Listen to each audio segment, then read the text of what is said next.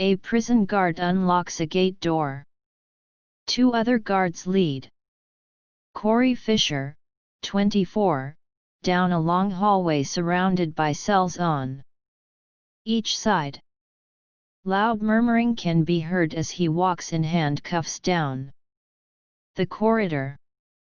The three men arrive at an open cell door. One guard unlocks Corey's cuffs and motions for him to enter the tiny cell. Corey walks in and looks around in disbelief. The other guard gives Corey 2 books. Then the cell door closes. Corey sits down on the cot and picks up the books. The rules for the prisoner are written in Japanese and has English translation under it. Corey thumbs through the book, filled with rules. He puts it aside and picks up the other book. It is a book of blank pages. Corey looks up and sees one of the guards standing at the door. The Japanese guard gestures that book is for writing. Corey nods and the guard walks away. Corey puts the book down, then puts his face in his hands. He is filled with both sadness and frustration. He sits back on the cot and picks up the blank book. He writes, "How did I get here?" Ext. Dark alley night. A young man stands under a street light. Out of the darkness, different people approach him and exchange what appear to be quick handshakes but are really hand-to-hand drug sales. 3 separate times people walk up to him with money in hand, in his hand a small plastic bag. Suddenly 2 figures begin running toward him. They are dressed in street clothes with backwards baseball caps on, and shiny badges hanging around their necks. The young man sees them and runs full speed in the opposite direction. He is much faster than they are, but when he reaches the end of the alley, a black sedan with flashing blue lights screeches to a stop in front of his path. The 2 men chasing him catch up behind him, grab his arms, and slam him into the hood of the car. "You're under arrest, asshole." The young man is 22-year-old Corey Fisher. He is placed in handcuffs and shoved in the back of the sedan. Int. Police station, night. Corey is booked, fingerprinted, and mug shot is taken. He is then placed in a holding cell. Int. Holding cell, night. Corey is talking on a pay phone inside the cell. Corey. "Hello, Dad. It's me. I kinda got in some trouble uptown. Well, I got arrested." Corey holds phone away from his ears as his father screams. "What?" Corey brings the phone back. "It's not a big deal. All I had on me was some cash, but I need to pay the bail in order to get out.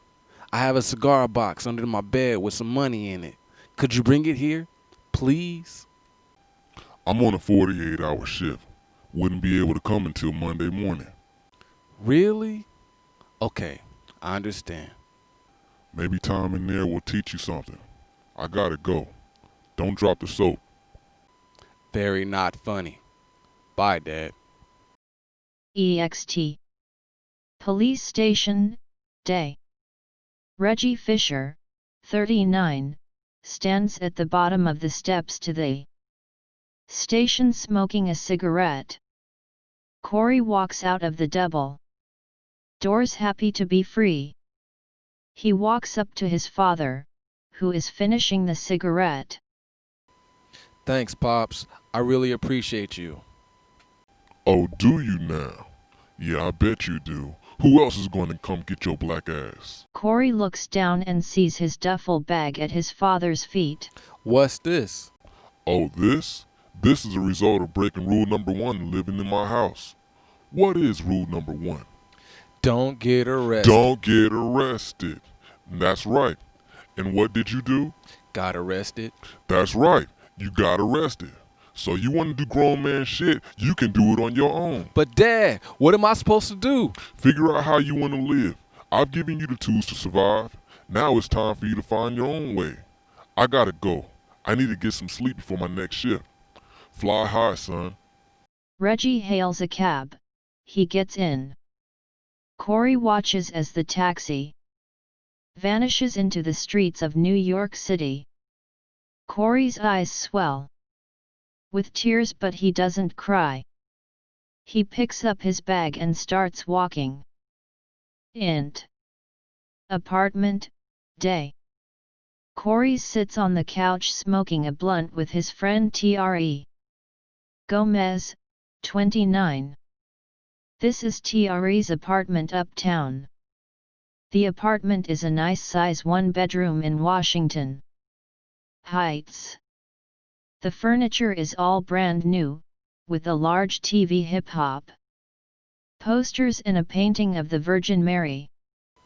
I can't believe he actually kicked me out. Like, man, this was my first offense and shit. Yeah, B. That's some crazy shit. So what you gonna do now? I don't know, man. Could I crash here with you for a couple days? Nah, man. You know you hot right now, getting busted and all. Plus you know I got my kid on the weekends. What's up with you and that little Asian show you been messing with? Can't you crash at her dorm or something? Corey passes the blunt and exhales. Man, I wish. But she had to go back home. Her study abroad program was just for the summer. Damn, son. I thought y'all was gonna get married and shit. The way y'all was all booed up. Yeah, she was dope. Where's she from again? Japan. Damn. Like ninjas and shit?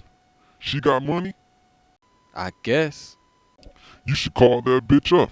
Maybe she could send you some money to get you on your feet. Tre passes the blunt. Man, I ain't no pimp. Who said anything about pimping? You too soft for that anyway. But I'm saying she was your boo, right? Yeah. Then she ain't gonna wanna see you suffer is all I'm saying. Corey hits the blunt and thinks about his friend's logic. All she can do is say no, right? EXT. Apartment building, day. Tre and Corey exit the building. They give a pound and hug. Alright, man. If you need anything, holler. Stay up, homie. No doubt. Thanks for smoking me out. I'll catch you later. Peace. Corey turns bag in hand and walks away. Tre goes back inside the building. Int. Bodega, afternoon. Corey walks around the store picking up some snacks. He walks to the deli and orders a chopped steak hero sandwich. He sees the wall behind the counter and there is a row of international calling cards. Hey man, let me get a chopped cheese with everything. And one of those. He points to the $30 calling card. Int. Internet cafe evening. Corey sits at a booth near the window. He has a cup of coffee and a banana on the table. He takes the cigar box out of his bag to inspect the contents. In the box there is a wad of cash, his passport, and a few photographs. Picture from HS graduation, with him and his father smiling. There are pictures of him and his friends posing with wads of cash, and a picture of him and a pretty girl sitting close to each other. He turns the photograph over and it says "Don't forget me," and a phone number with "Keep in touch" under it. He takes out his cell phone and the prepaid card. He taps the card and looks back at the picture. Internet cafe, evening, flashback. Corey is sitting on a couch in the living room of a house party. Ryo Kawasaki, 19, walks over and sits next to him. Mind if I join you? Corey smiles and passes her the blunt. Absolutely not. I'm Corey. That's nice. She gives him a flirtatious look and takes a long drag of the blunt. Damn, girl, you got them vacuum lungs. She chokes and they both laugh. The Roots song You Got Me is playing. Corey and Ryo are making out on the couch during the party. Corey and Ryo laying in bed, his eyes are closed. She watches him. He opens his eyes and she smiles. Internet cafe night back to present. Corey scratches the code off the card and dials her number. The phone rings. Moshi Moshi. Corey unsure if it's her on the phone. Ryo, please. Corey? Is that you? Yeah, it's me. You're not asleep, are you? It's midnight here. No, it's lunchtime here. How are you? I miss you. I've been better. I miss you too. I got in some trouble, and my pops kicked me out. Corey logs on to the computer. Oh, that's terrible. Are you okay? Do you have any money or a place to stay? He opens up her MySpace page, and is looking at pictures of her. No place to stay, but I got a little money. How much? About $750. Corey opens to a travel website. You could get a plane ticket for less than that and come see me. Do you have a passport? I don't know anything about Japan. Yes, I got it a couple years ago when I went to Jamaica for my cousin's wedding. I live here. Isn't that enough reason? Corey finds a flight to Tokyo. The price is $679 plus tax. Are you sure that's a good idea? Won't your pops have something to say? No, he loves foreigners. Come, baby. You know that you got me. Corey reserves the ticket. The song continues playing as they talk. I reserved a flight for tomorrow morning, 7 a.m. from JFK to Narita. Arrives at 10 a.m. Really? Great! I can't wait to throw my arms around you. See you the day after tomorrow. I'll meet you at the airport. Wow. Okay, baby. See you in Tokyo. I can't wait. I love you. Corey pauses before replying. Yeah. You too. Bye. Bye-bye. Corey hangs up and starts searching about life in Tokyo. JFK Airport, morning. Corey walks up to the ticket counter where a kind lady is standing. Good morning, sir. How may I help you today? I have a reservation for the 7 a.m. flight to Tokyo. Corey Fisher. One moment. Ah, here you are. The balance of your ticket comes to $710. How will you be paying? Corey takes out his money and passport. Cash. Very good, sir. Passport? Corey gives her the money and his passport. She takes it and is rapidly typing. Will that be window or aisle seat? First time to Japan, so window seat, please. Very good, sir. Okay, looks like you're all set. Here is your boarding pass. Have a nice trip. Corey gathers his things. Thank you very much. How long is the flight? Approximately 14 hours depending on the wind speed. You should arrive by 10 a.m. tomorrow morning, local time. Is there anything else? No, thank you. Corey takes his bag and walks away. He goes through the security gate, walks to his terminal, finds a seat and puts his headphones on. While sitting, he takes out the chopped steak he bought earlier and starts eating. Int. Airport terminal, day. Passengers are lined up for boarding. Corey is fourth in line. The attendant checks his boarding pass and he walks down the platform to the plane. Int. Airplane day. Corey walks the aisle of the plane and finds his seat. He stores his bag in the overhead compartment, then sits down. The look of excitement and nervousness is all over his face. Int. Airplane night. Corey watches the on-flight screen in front of him.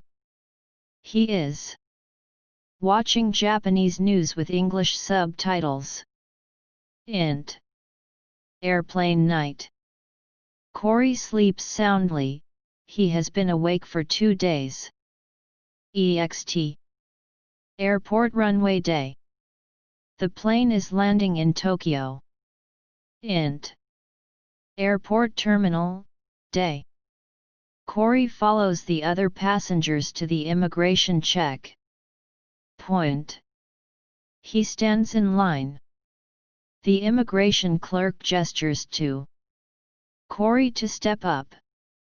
Corey walks up with his passport and paperwork in hand. Passport. Corey gives the clerk his passport. Reason for your visit? Vacation. To visit a friend. A girl. The clerk barely looks at him. He stamps the passport and gives it back. Welcome to Japan. Int. Airport, day. Just outside of the customs exit, Ryo stands waiting. Corey walks through the doors and she runs up to him. 11. He drops his bag as she jumps into his arms. The two hug tightly and begin to kiss passionately. Some people walk by and stare at them. The kiss seems to go on forever. They are both extremely happy to see each other. Ryo more so. I'm so happy to see you. How was your flight? Long, but the plane was pretty nice, and the food was pretty good. Thank you for inviting me. I'm glad you came. Let's get out of here. Corey picks up his bag and they walk toward the exit. I'm starving. Ext. Airport taxi stop, day. The taxi pulls up and the automatic door pops open. Corey is amazed. The driver gets out, takes Corey's bag and puts it in the trunk. The two young lovers get in the back seat. Driver gets back in and the rear door automatically closes. The taxi pulls off. Senyon Juyon Ichome Koike Shibayama. Hi. Corey wants to look out the window. He has never been this far from New York. Everything is new and exciting to him. Ryo can't keep her hands off of him. She is like a puppy with him. She keeps turning his face towards her and smiling. She lays her head on his shoulder and holds his arm tightly.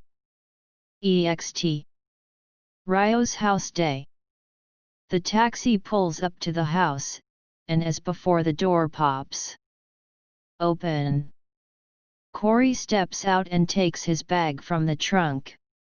Ryo pays the driver and gets out as well. Well, here we are. Wow, this is a beautiful house. Where are your parents? Dad is an English professor at the university, so he's there. And I told you my mom left when I was a kid, remember? So we have the house all to ourselves for a bit. Do you want to take a bath? Corey can tell that she is offering more than just a bath, but he is exhausted and hungry too. A shower would be great. Int. Ryo's house, day. Ryo unlocks the door and they walk inside. The house is small. On the inside, Corey has to duck through doorways to avoid hitting his head. They take off their shoes and step up into the house. The living room is the first room of the house. Behind it is the Japanese room through a sliding paper door. Next to these rooms is a hallway that leads to the bathroom, toilet room and kitchen on the opposite side of the living room. On the other side of the living room is a staircase going up to the bedrooms. Ryo shows him around. This is the living/dining room. This is like a storage and study room. Here is the kitchen. The bathroom and toilet is down at the end of the hall. You can shower in here. Thanks, babe. I'm going to jump in now. I'm filthy. Is there something to eat? Yeah. I'll show you how the shower works. It's different in the States. Ryo walks into the bathroom and shows him how to start the shower. You go shower up. I'll get you some food. Where should I put my bag? You can leave it in the study room. We will set up a place for you to sleep down here. Corey drops the bag and takes out his toothbrush and a change of clothes. Ryo gets him a towel. Corey goes into the bathroom. Ryo watches him undress through the frosted glass door, then goes into the kitchen. Int. Bathroom, day. Corey is soaping up when the door slides open and in steps a naked Ryo. Ryo. Mind if I join you? Int. Living room evening. Corey is sitting in the living room as Ryo prepares dinner. The front door opens as her father comes home. Yuki Sato. Kawasaki, 38. Tadaima. Okaeri. Yuki Sato steps into the living room. Corey stands up to greet him, as Ryo emerges from the kitchen. You must be Corey. Good evening, sir. Thank you for letting me stay here.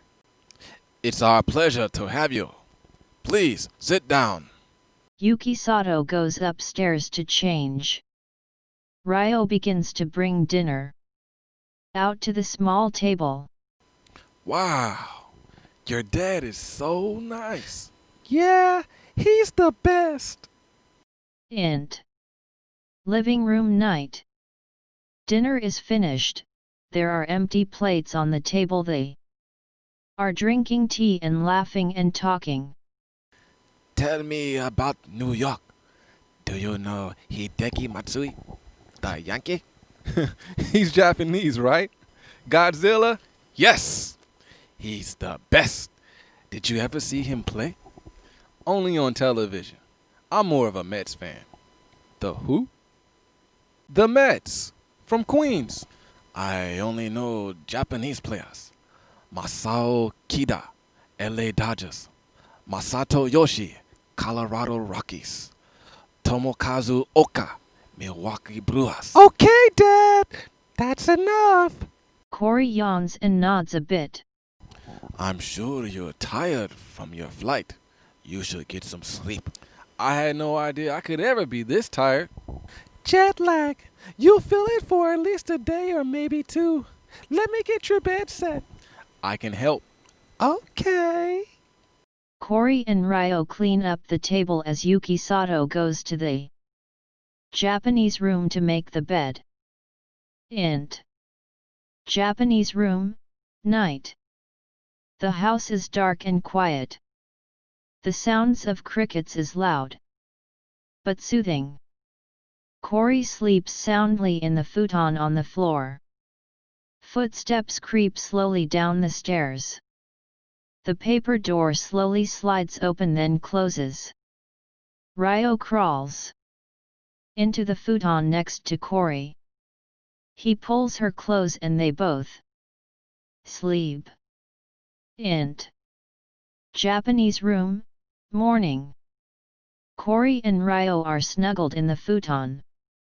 She is awake and staring at him sleep. Footsteps come down the stairs. Yuki Sato prepares to leave for work, gathers keys, briefcase. Puts on shoes, front door opens and closes. Ryo, knowing her father is gone, begins kissing Cory, waking him up for morning sex. Cory is tired but he is still a 22-year-old man and fully functional. They roll all over each other. Int. Japanese room, later same day. Cory is asleep soundly.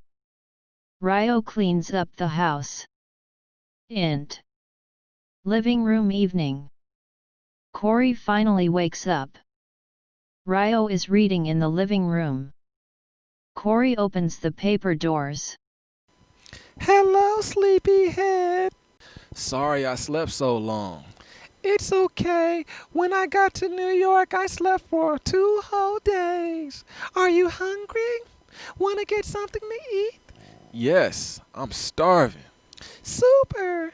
I know a great place I think you will like. Get dressed and we can go. Will do. Exterior, Ryo's house in the evening. Ryo and Cory get into the car in the driveway and pull off. I didn't know you knew how to drive. I am a modern woman. Int. Family restaurant, evening. Cory and Ryo are sitting at a table reading menus. Cory is overwhelmed with the variety of choices in food. Wow, everything looks so good. I don't know what to order. Get whatever you want, babe. Cory points to something on the menu. Baby, what's this? Hamburg steak. It's like a soft hamburger with no bun. And this? Fried chicken. We call it karage. Okay, I think I'm ready. Great, me too. Ryo presses the button on the table to call a waiter. The waitress comes over. Ryo orders in Japanese. Cory points to what he wants on the menu. Hi. Ryo watches Cory as he looks at the waitress and struggles out a thank you in Japanese with a smile. Arigato. The waitress giggles and smiles at his attempt, nods and walks away. Ryo watches this interaction with cold eyes. Int. Family restaurant, evening. A short time later. They are eating their food. Cory is really enjoying his meal. Ryo has become solemn and sarcastic. So, I see you've been studying Japanese, huh? What? Oh yeah, that was just all I could say right now. I watch Japanese news on the plane. It's just the first time I've heard you speak it, and it wasn't to me is all. Cory doesn't think it is a big deal and keeps eating. Ryo continues to look at him with ice. Int. Car, night, driving. Ryo is driving and growing angrier. Cory still has not noticed. As she drives, Cory sits satisfied from eating a great meal. Why were you smiling at that girl? What girl? That waitress. You were smiling at her the whole time. What are you talking about? I was just being polite. No! Didn't you hear that giggle? You were flirting with her right in front of me. Corey realizes this is not a joke as she begins to speed the car up. Babe, I wasn't flirting. I was just ordering and trying to be friendly. Why do you need to be friendly? Because you thought she was pretty? The car continues to speed up. Babe, don't be crazy. Don't call me crazy! The car is now speeding, and Ryo is furious with blind rage. You're mine! I will not be disrespected like that! I will kill us both! Do you hear me? Yes, I hear you. Slow down, babe. Don't tell me what to fucking do!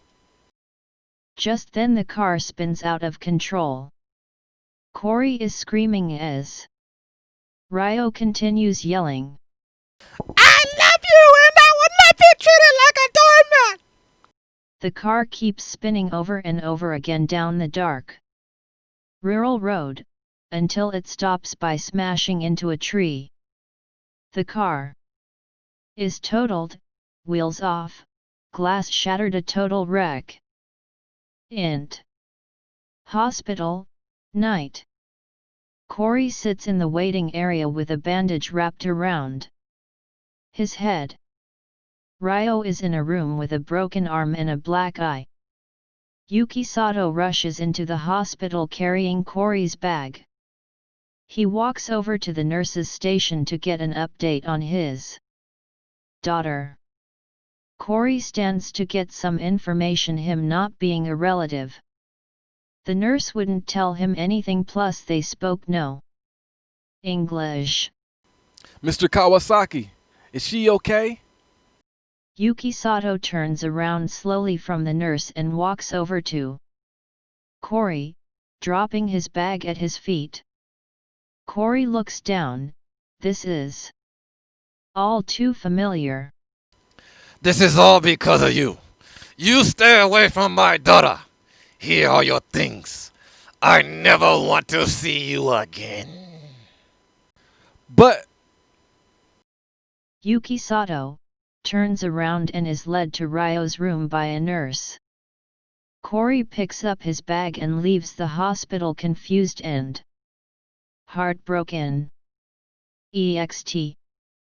Dark road, night. Corey walks along the rural road remembering he saw a bus stop when they were in the taxi. After walking for some time he sees the light of the bus stop ahead. As he approaches he sees 3 young men standing in a circle. EXT. Bus stop, night. 3 young men dressed in hip-hop clothes are freestyle rapping under the street light. When out of the darkness up walks Corey, a real New Yorker.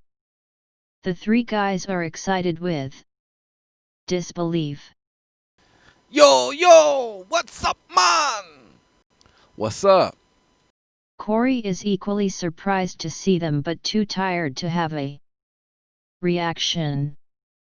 He asks about the bus. Tokyo? The guys nod yes. One of them points out that the next bus isn't until 5 a.m. The current time is 4. Corey sits and listens to them rap for a bit, then he joins in with a beatbox. The 4 go back and forth taking turns rapping while the others keep a beat. The bus pulls up right on time. One of the guys is also going to Tokyo. He and Corey get on, leaving the other 2 behind. Still a little jet-lagged, Corey falls asleep. Int. Bus morning. The bus pulls into Tokyo Station at 7 a.m. The new friend Corey made wakes him up. Corey grabs his bag and gets off the bus. He says thank you and goodbye. He looks around the huge metropolis, people are already on the street heading to work or working. He walks for a bit, taking in all that is Tokyo. The people moving fast on their way to work. The incredible fashion and style of the people. Little kids with oversized backpacks walking by themselves to school. The way people don't jaywalk in the street. After a few hours of people watching, he notices a guy handing out tissues to people passing by on the street. He sees the guy speak English to a tourist. He gathers his courage and asks the guy about a job. Excuse me, do you speak English? A little bit. Thank God. I came here to be with my girlfriend, but after a big fight, her father kicked me out. I have very little money and I need to find a job. Can you give me any advice? The guy felt sorry for Corey. Wow, that's a lot you're going through. Are you hungry? Let me buy you lunch. Corey is grateful and the two of them walk to a local curry spot and eat. After eating, the guy gives Corey 1,000 yen, then points him in the direction of Roppongi. The best place to try to find a job for a guy like you is Roppongi. Do you know Roppongi? Corey shakes his head no. Well, that is an area where there's a lot of foreigners. Maybe you find work there. Thank you. Good luck, kid. Corey put the money in his pocket and set about finding his way to Roppongi. Int. Train station, morning. Corey steps into the Japanese train/subway system for the first time. He has never seen anything to compare to how vast and extensive this system is. So many directions and interconnecting train lines makes him hesitate. Int. Train station, morning flashback.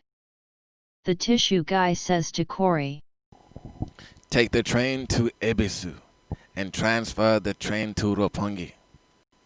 Take the train to ABC and transfer to Roppongi. Okay, I got it. Thank you. Int. Train station, morning present. Corey walks to the ticket machine. He is happy the language can be changed to English. He buys a train pass and continues to the ticket gate. He finds the platform and waits for his train. The train arrives. He steps on and stands by the door of the crowded rush hour train. The doors close and the train pulls off. Int. Train car, morning. The train arrives at Ebisu but Corey doesn't get off. The doors close and the train takes off again. He continues to ride from station to station until the exit loops back around to where he got on. Corey is confused. He knows he is on the right train.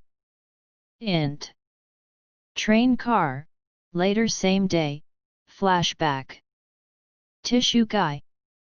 Take the train to Ebisu. Ebisu. Corey. Ebisu. Int. Train car, later same day, back to present. The train pulls into the next station.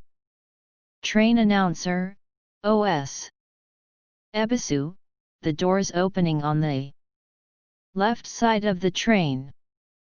Corey, still trying to figure out what he was told, jars with awareness and jumps to his feet, barely making it to the closing doors. EXT. Streets of Roppongi, late afternoon. Corey exits the station, finds a set of lockers and rents one for his bag. When he first arrives during the afternoon, he sees many tourists walking around and taking pictures, but not much else. This is the first time since exiting the plane Corey has seen any other races of people other than Japanese. He starts to wonder what made the guy send him here. As the sun goes down, the bright lights and chaotic bustle of the neighborhood springs to life, and it is intoxicating. It reminds Corey of Times Square in New York. There are all kinds of people everywhere. He feels comfortable in this environment and gets to the business of finding his way. First, he walks the streets admiring the skeptical, the lively bars, the incredible amount of people on the street, and the aura of mischief in the air. This is where he would make his mark. Walking a few blocks, he approaches each nightclub and bar along the street, asking for any kind of work. Each place tells him no for one reason or another. EXT bar night. No visa, no job. No visa, no job, so no you no house, no visa you, so no you no job.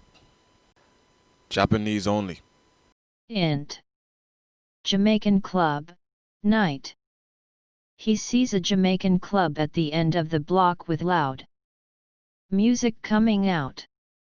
He walks in with no problem looking for the manager or owner.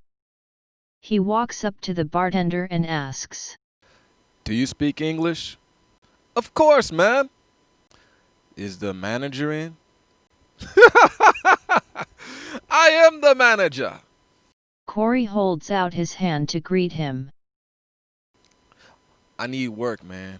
I'm homeless, hungry, and down to my last dollars. My name is Corey. Do you have anything? The bartender looks at him for a second, and decides to give him a chance.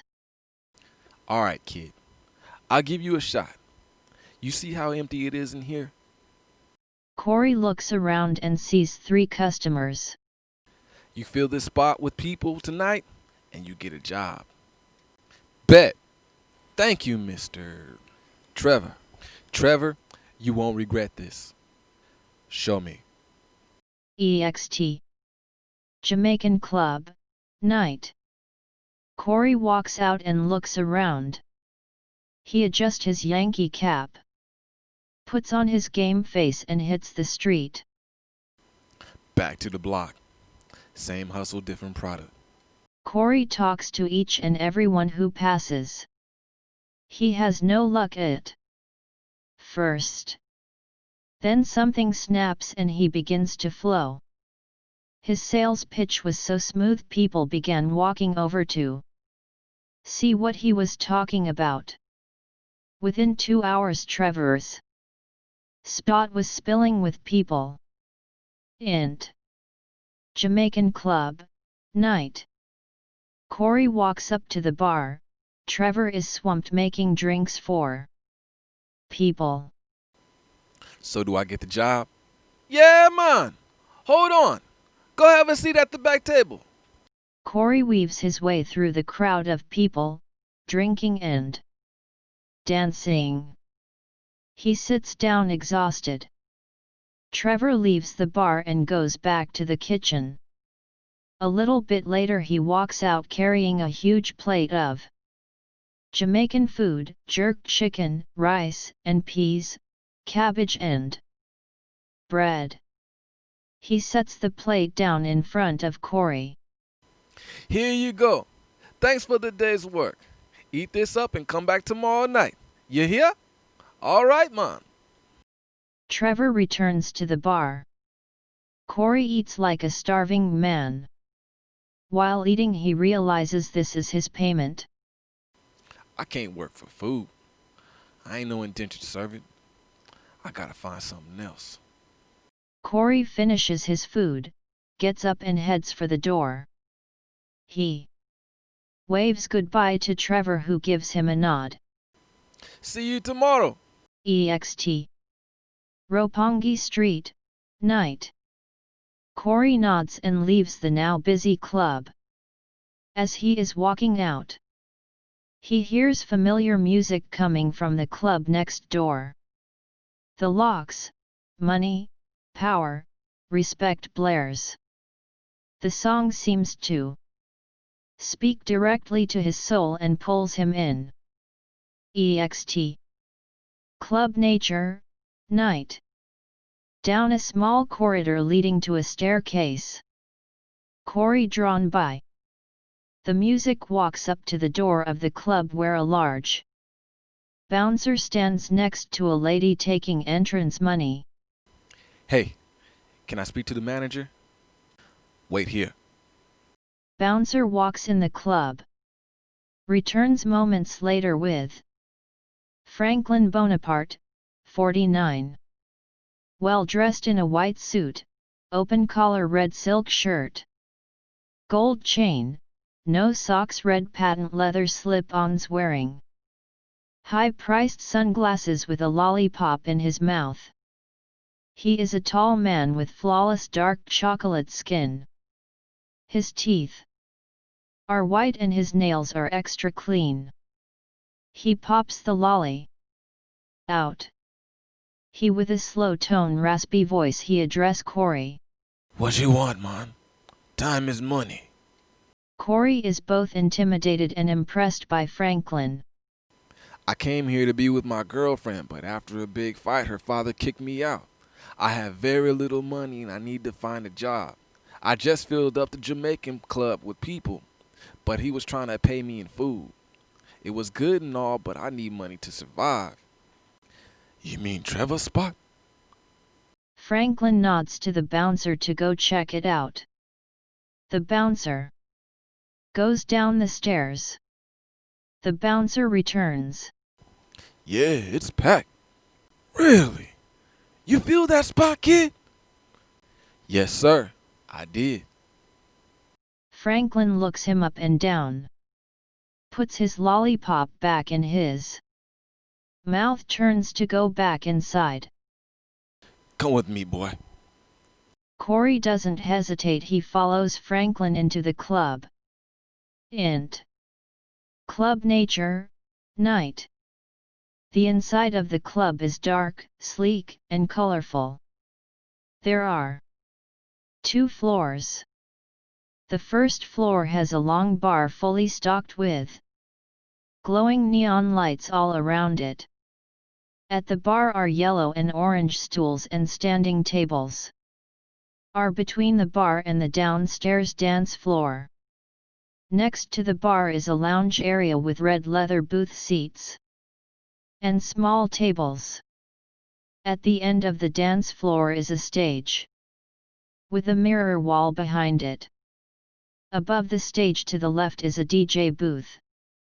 The booth is state of the art with lighting controlled by the DJ and a sound system that is the envy of other clubs on the block. Franklin leads Corey to the staircase in the back next the bar. Upstairs is another bar, a balcony and a VIP section, separated by a velvet rope. Behind the upstairs bar is a black door leading to the back office. Int. Back office, night. The office is small with a small desk and large leather chair behind it. In front of the desk are 2 folding chairs. Franklin sits in the big chair. Have a seat. Corey sits in one of the folding chairs.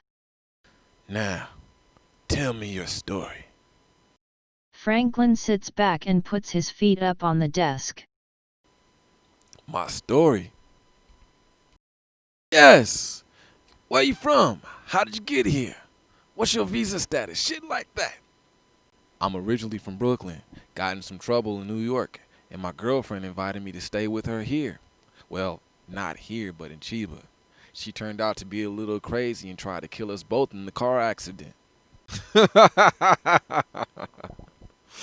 Chiba girls. Go on. Her pops kicked me out, and now I'm here, trying to find my way.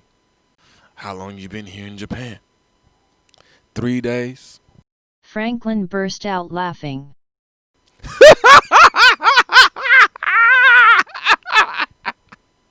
All that in less than a week? Boy, you must have the worst luck in the world. I take it you only have a tourist visa then, right? Yes, sir. Franklin takes his feet down and looks at Corey. I tell you what, kid. I can only pay you under the table. How about 5 nights a week, Wednesday to Sunday, for 1,000 yen an hour, 7 p.m. to 2 a.m. You keep this place packed, and maybe I can find something more for you. Corey is grateful and relieved to have been given the offer. Thank you. I won't let you down. I don't think you will. So go hit the streets and bring in the money. EXT. Roppongi Street, night. Corey is on the hustle, using his gift of gab to bring in as many customers as he can. Int. Back office, early morning. Franklin and Corey stand at the door. Franklin walks over to the balcony overlooking the first floor. Downstairs there are still customers dancing and drinking. Franklin turns to Corey. Hell of a job, kid. You brought in all kinds of people. I'm impressed. I just know what they need to hear and say it, is all. Whatever it is you do, you keep doing it. Here's tonight's pay. You started at 9 to 2, so 5 hours. Frank takes out 5 1,000 yen bills and gives it to Corey. Corey takes the money and puts it in his pocket. Thank you, Franklin. I appreciate this chance. See you tomorrow.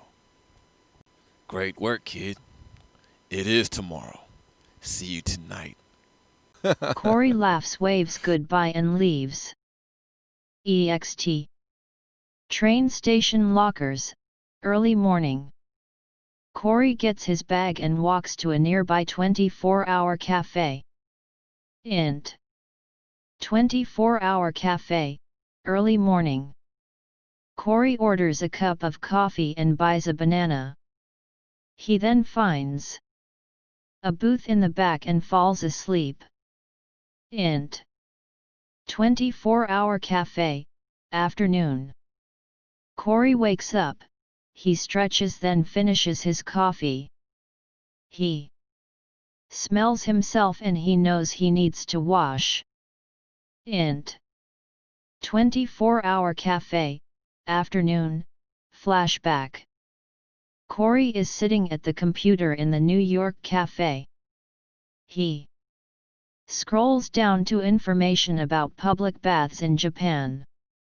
They are called sento. Int. 24-hour cafe, afternoon, present day. Corey gets up from the booth and walks over to the clerk at the counter. Excuse me. Sento? Sento. Hi! The clerk tells him there is a sento just around the corner. Thank you. Corey walks to the exit and leaves with his bag. EXT. Sento, afternoon. Corey finds the sento down the tiny street. There is also a laundromat attached to the sento entrance. He walks to the door and sees small lockers for shoes. He watches an old man who puts his shoes into the locker, then walks over to the sliding door of the sento entrance.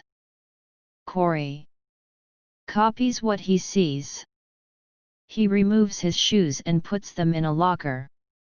He then walks over to the glass door and walks in. Behind the glass door is a counter with an older lady sitting. In a booth. Irashaimase! Konnichiwa. Yohakuyen! 400. Cory takes out a 500 yen coin and gives it to her. She gives him his change in a small towel. Arigato. Cory walks into the sento not knowing what to expect. He observes what the other men are doing. Some are completely naked, some are fully dressed. There is a set of glass double doors leading to the bath area. In the locker room is a television, a toilet room, a sink and mirror for shaving and another mirror for styling and grooming. Cory sees the old man he followed earlier coming from the locker area. He walks over to a locker, follows the etiquette of the sento environment. He puts his bag away and gets undressed. EXT. Roppongi Street, night. Cory is on the street gathering people to come to club nature. He talks to a group of African men, then a group of girls out for a night on the town. He walks alongside a group of young Japanese salary men. He catches a group of French tourists coming from a conveni. Int. Club nature, early morning. Cory stands upstairs with Frank getting paid. He waves goodbye and leaves. Int. 24-hour cafe, morning. Cory orders a cup of coffee and buys a banana. He then finds a booth in the back and falls asleep. Int. Sento bath, afternoon. Cory washes in the public bath. EXT. Roppongi Street. Cory is rounding up customers.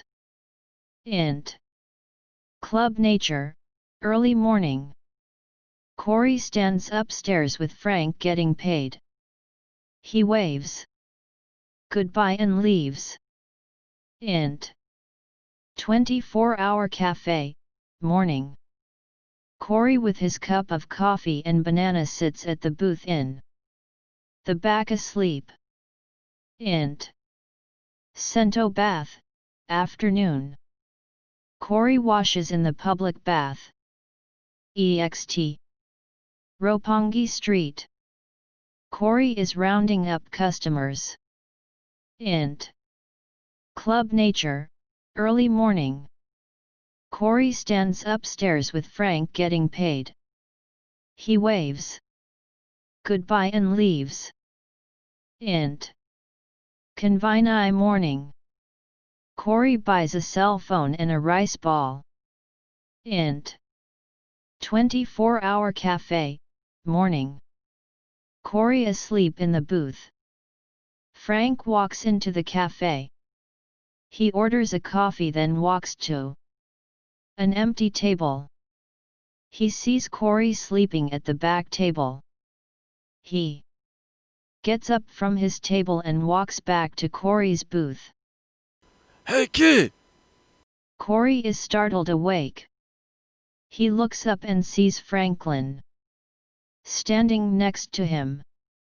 Oh, hey Mr. Bonaparte. I must have dozed off. Dozed off, huh? So where do you live?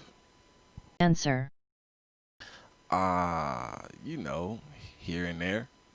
Franklin can see by the bag that he probably has no place to go after work. Get your stuff. Come with me. Cory grabs his bag and the two of them leave the cafe. Int. Club nature, day. They walk into the empty club. Franklin leads him to the storage room on the first floor behind the bar. Inside the storage room there is another door.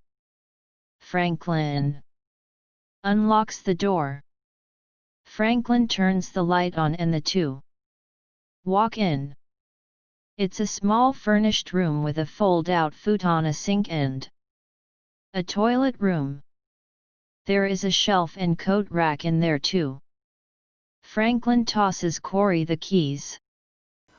I used to stay here when I first started this club to save money. I save it for nights when I'm too drunk to go home. You can stay here if you want. Corey can't believe it. Really? I can stay here? Wow, Mr. Bonaparte, this is so generous of you. Call me Frank. Int. Club Nature, early morning. The club is once again filled with people. Corey stands upstairs with Frank getting paid. Then he walks downstairs and into the storage room. Int. Storage room flat, continuous. Corey walks in and turns on the light, then closes the door. Behind him, the music is a muffled faint beat. He takes off his clothes and gets in the shower. Int. Club Nature afternoon. Rochelle Ngawa, 23, the bartender, a beautiful young heavy set African woman. She is behind the bar checking inventory. She is startled when she walks into the storage room as Corey is stepping out from his closet bedroom. Boy, you scared the hell out of me. What the hell you doing here? She can see the futon behind the door. She pushes past him to see for herself. Do you sleep here? Is this where you live? Corey embarrassed nods yes. Oh, hell no. This will not do. My landlord is the foreigners. Come with me. EXT. Apartment building, afternoon. The railroad-style apartment building has 12 units, 6 upstairs and 6 downstairs. The front door of each unit is about 2 meters from each other. The building is old and in need of a paint job. Int. Apartment, day. The landlord opens the door for Corey and Rochelle. They walk in. The rent is 50,000 yen a month, plus security deposit. I'll take it. EXT. Roppongi Street, evening, 4 months later. Corey is out on the street promoting his first weekly Thursday night event, Spread Love the Brooklyn Way. He is masterfully passing out flyers for his event. The flyer has a 500 yen drink coupon with paid admission. He sees a group of well-dressed Japanese men step out of an izakaya. He approaches them. Hey, do you guys like hip-hop music? The 4 men are dressed in high-end fashion and walk by Corey without so much as a look. The 5th guy with them walks out last. He walks right to Corey. He is Shuji Wang, 28. Hey, I like hip-hop. Corey turns around and gives him a flyer. Then you will love my party. It's the best Thursday night in Roppongi. We'll see. Shuji runs up to his crew up ahead and shows them the flyer. Corey continues to promote his party. Int. Club Nature, night, same night. Corey is no longer just a club recruiter, but he is now promoting his own weekly Thursday night event at the club. Because it's his party, he is the host. Corey is nervous, this being his first solo party. It's time to get the party started. Okay, DJ, hit it. The DJ drops the first song and the doors open. Kick in the Door by Notorious B.I.G comes on. Corey stands by the bar, hoping to see people coming in. No one. Corey holds his head down, but then he sees a small group of 3 pretty Japanese girls come in. After they go to the bar or retrieve their free drinks, more people begin to arrive. Int. Club Nature. Later that night, the club is filled with people. Some on the dance floor, others at the bar. The VIP section has a few VIPs and the lounge and tables downstairs are filled. Shuji walks in and up to the bar. Corey remembers him and walks over. Glad you could make it. Yeah, well, I was getting bored at the strip club with my friends. How can you get bored at a strip club? Not my type of girls. I like big butts and I cannot lie. Corey laughs. I'll toast to that.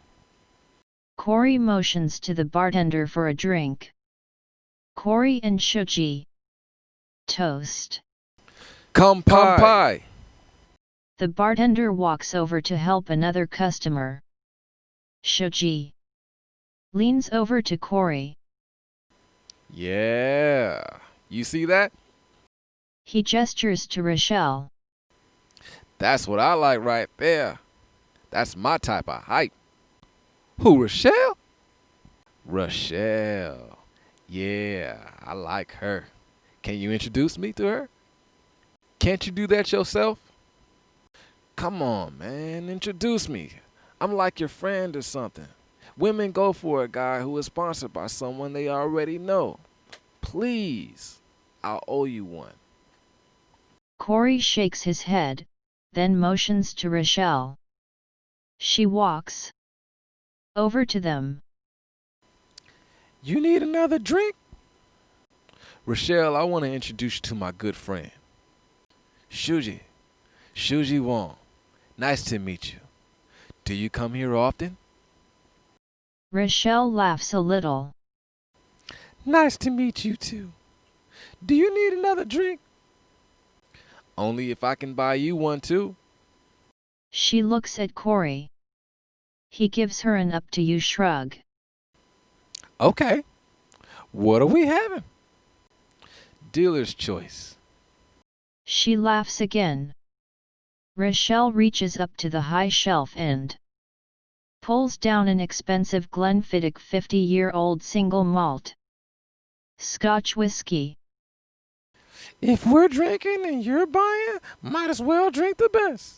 Now you have to buy the bottle in order to open it. Not a problem. I like her. She pours 2 glasses. One more for my friend. Corey? Yeah, Corey. To new relationships. The 3 toast glasses and take a sip. Int. Club Nature. Night later. Shuji is behind the bar helping Rochelle pour drinks. He is drunk but functional. He and Rochelle flirt and dance to the music as they work. Corey comes downstairs and walks over to the bar. What's going on here? He's helping. Yeah, I'm helping. He really shouldn't be back there. I'll have you know, I in fact am a certified bartender. Certified!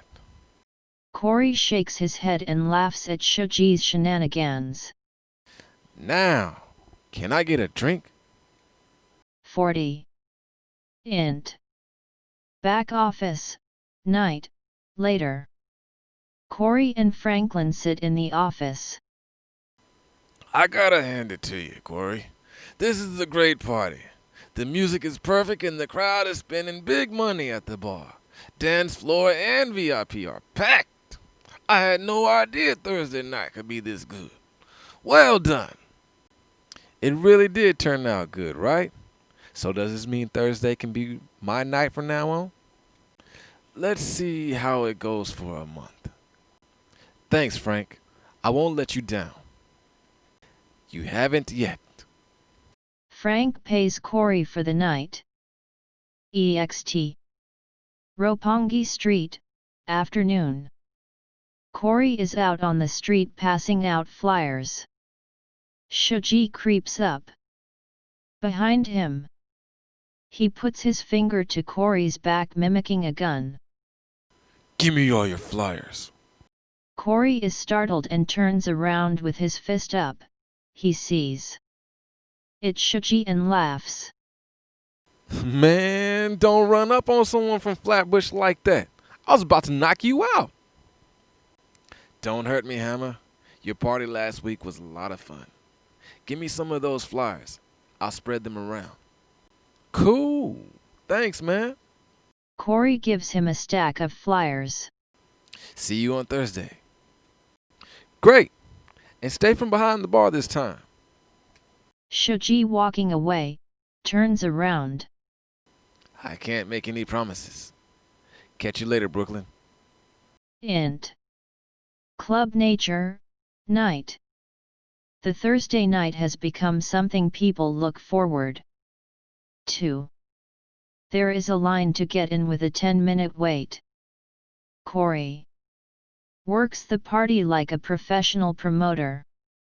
He floats from group to group, checking to see that everyone is having a good time.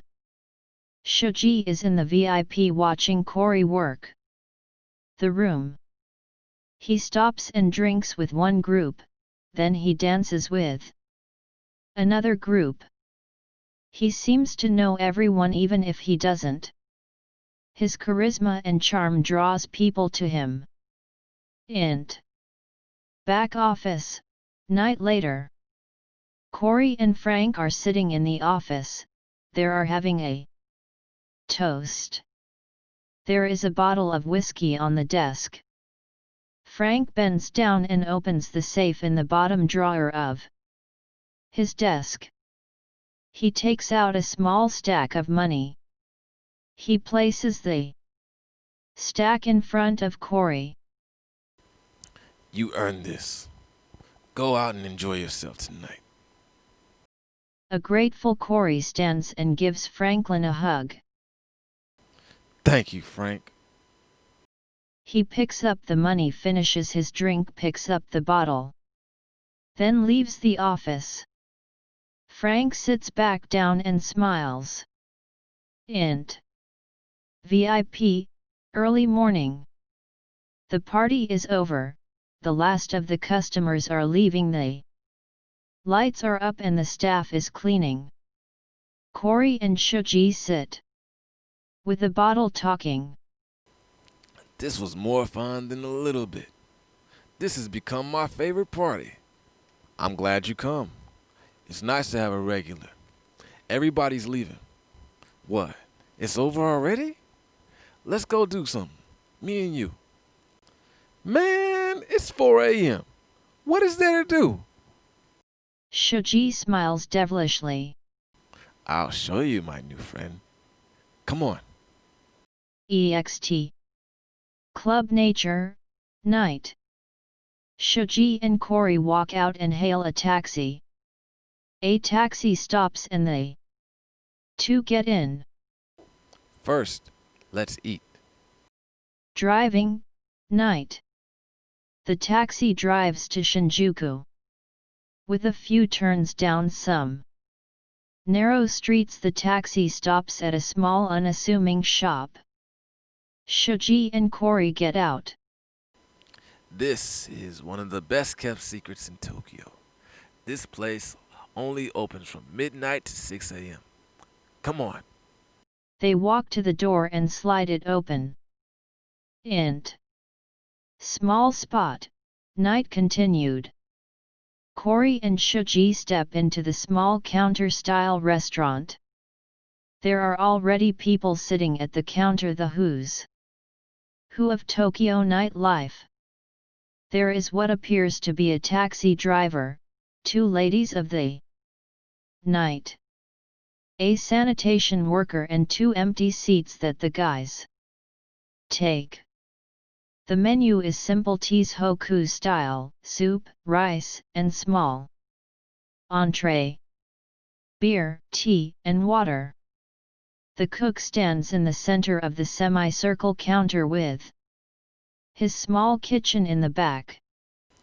I always get the grilled fish. It's fast, filling, and a great way to sober up. I'll follow your lead, man. Shoji holds up 2 fingers to the cook, who starts serving up 2 bowls of ramen. He places the steaming hot bowls in front of each of them. They both take chopsticks, put their hands together. Itadakimasu. The both start eating the delicious ramen soup, slurping and filling their mouths with noodles.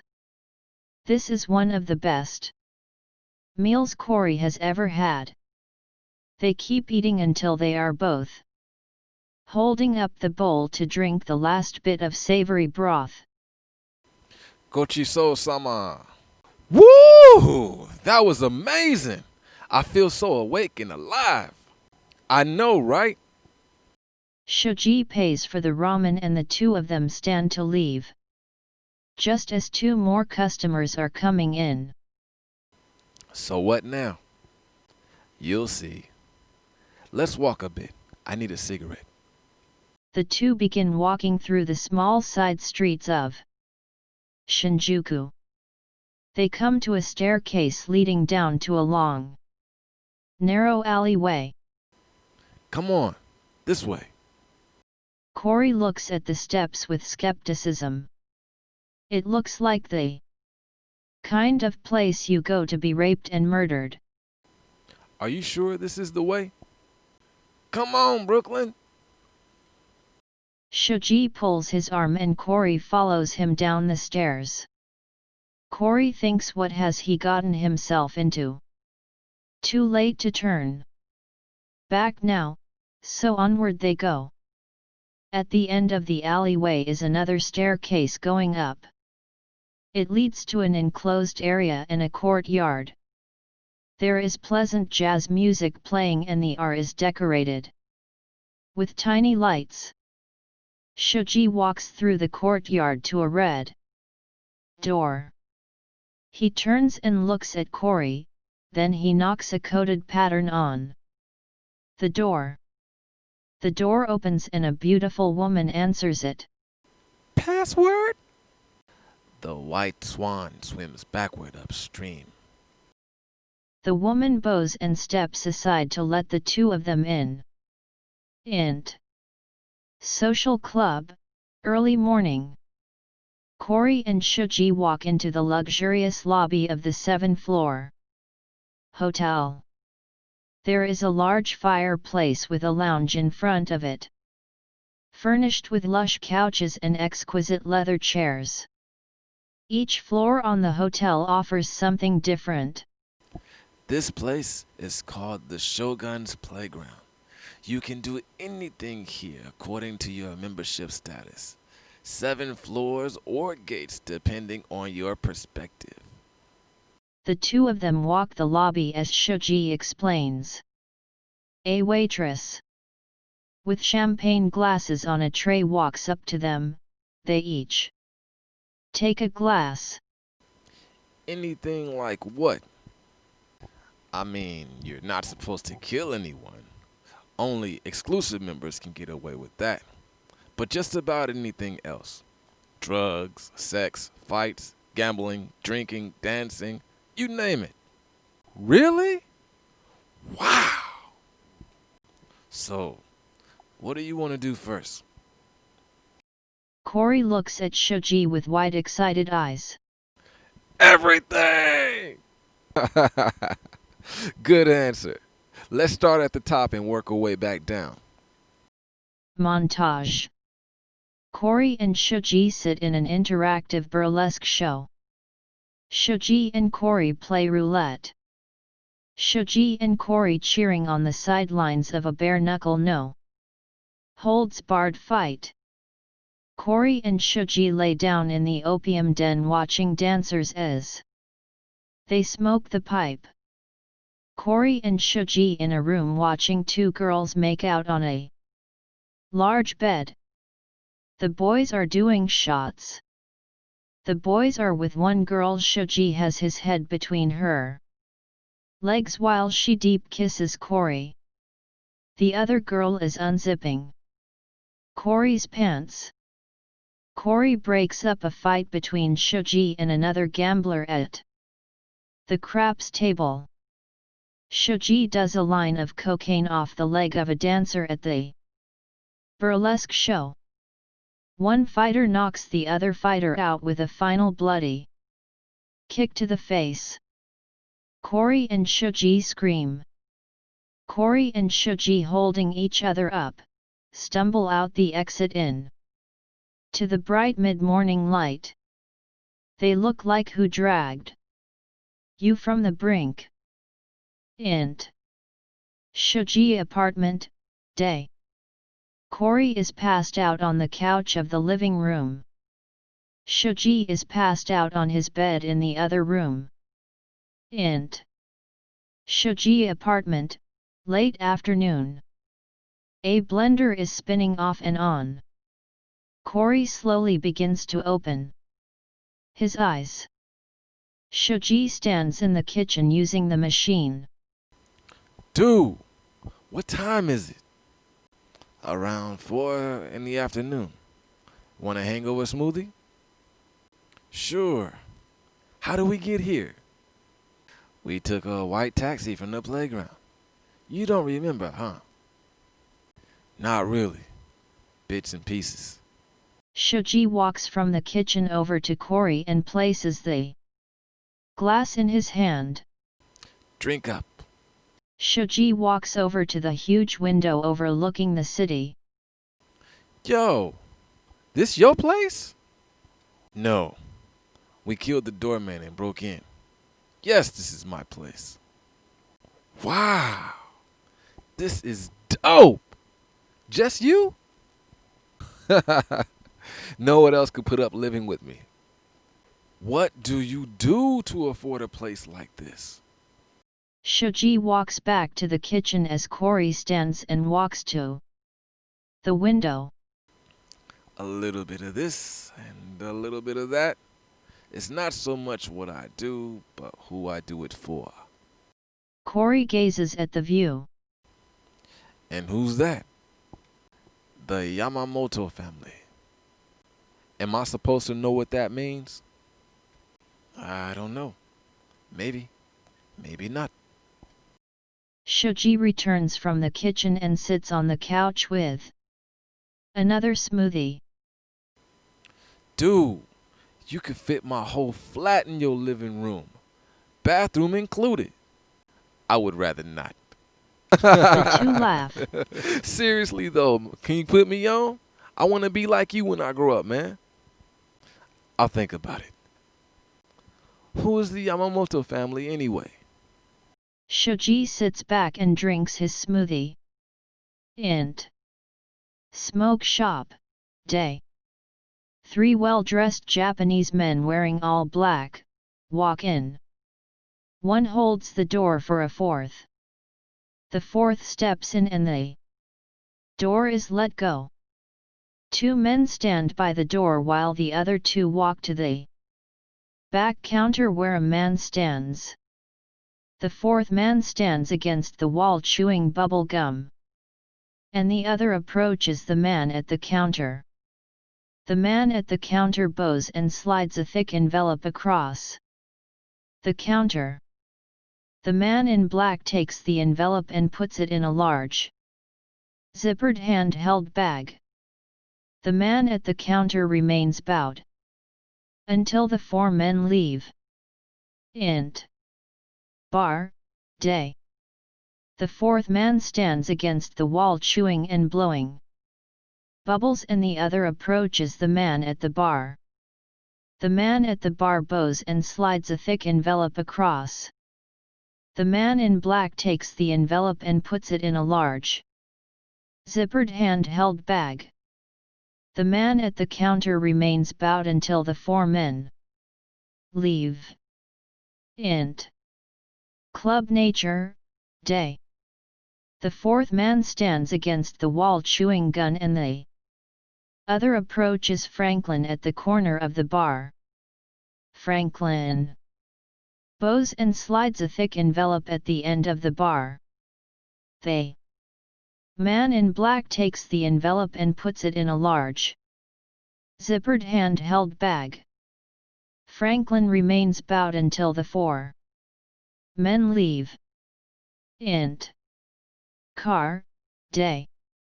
The four men are in the car, 2 in the front, in the back.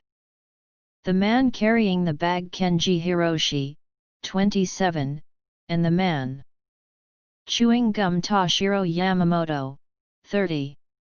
The car pulls off. Int. Corey's apartment, day. Corey unlocks the door of his small one-room apartment.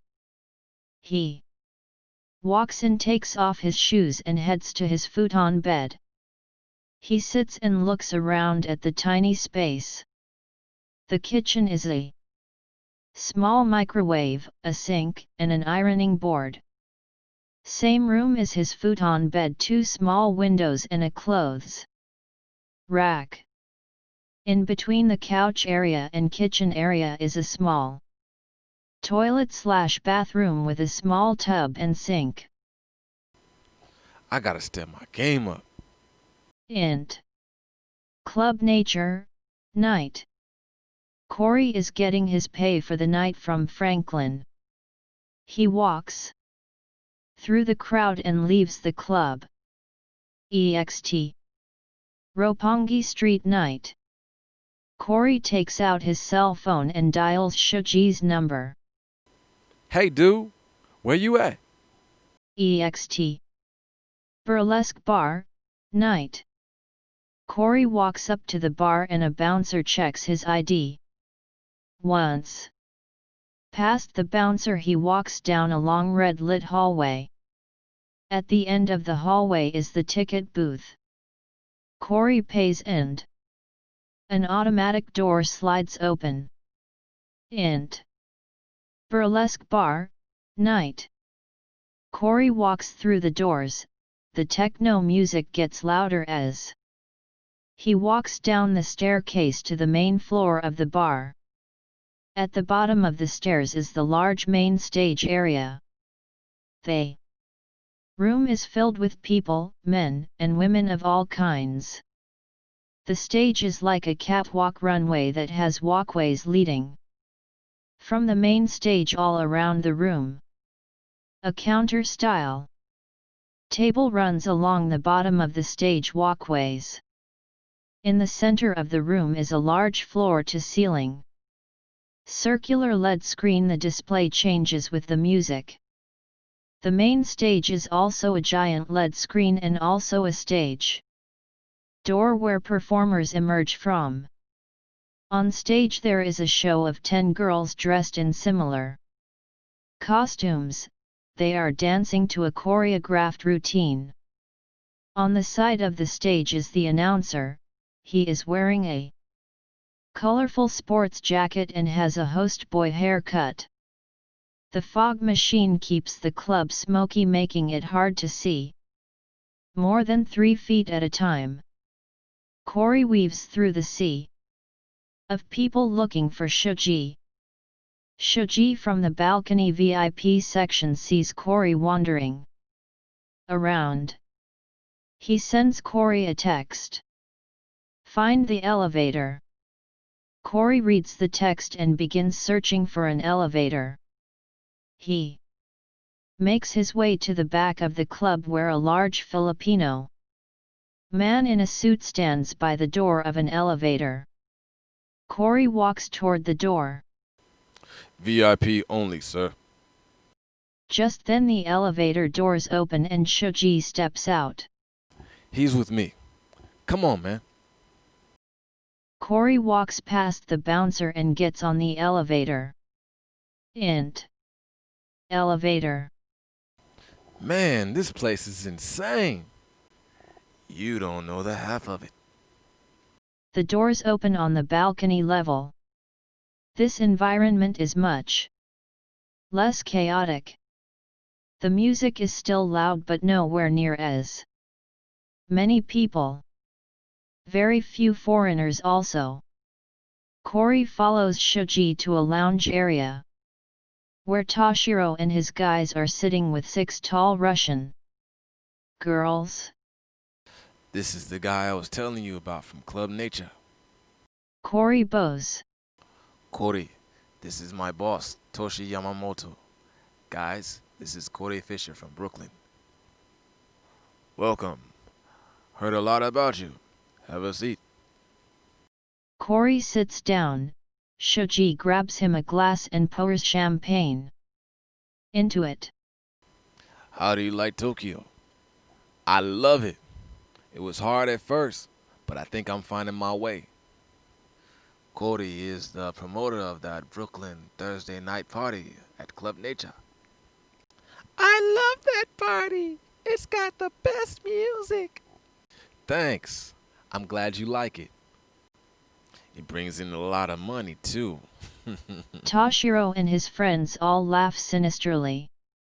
I thought you were gonna get us some E.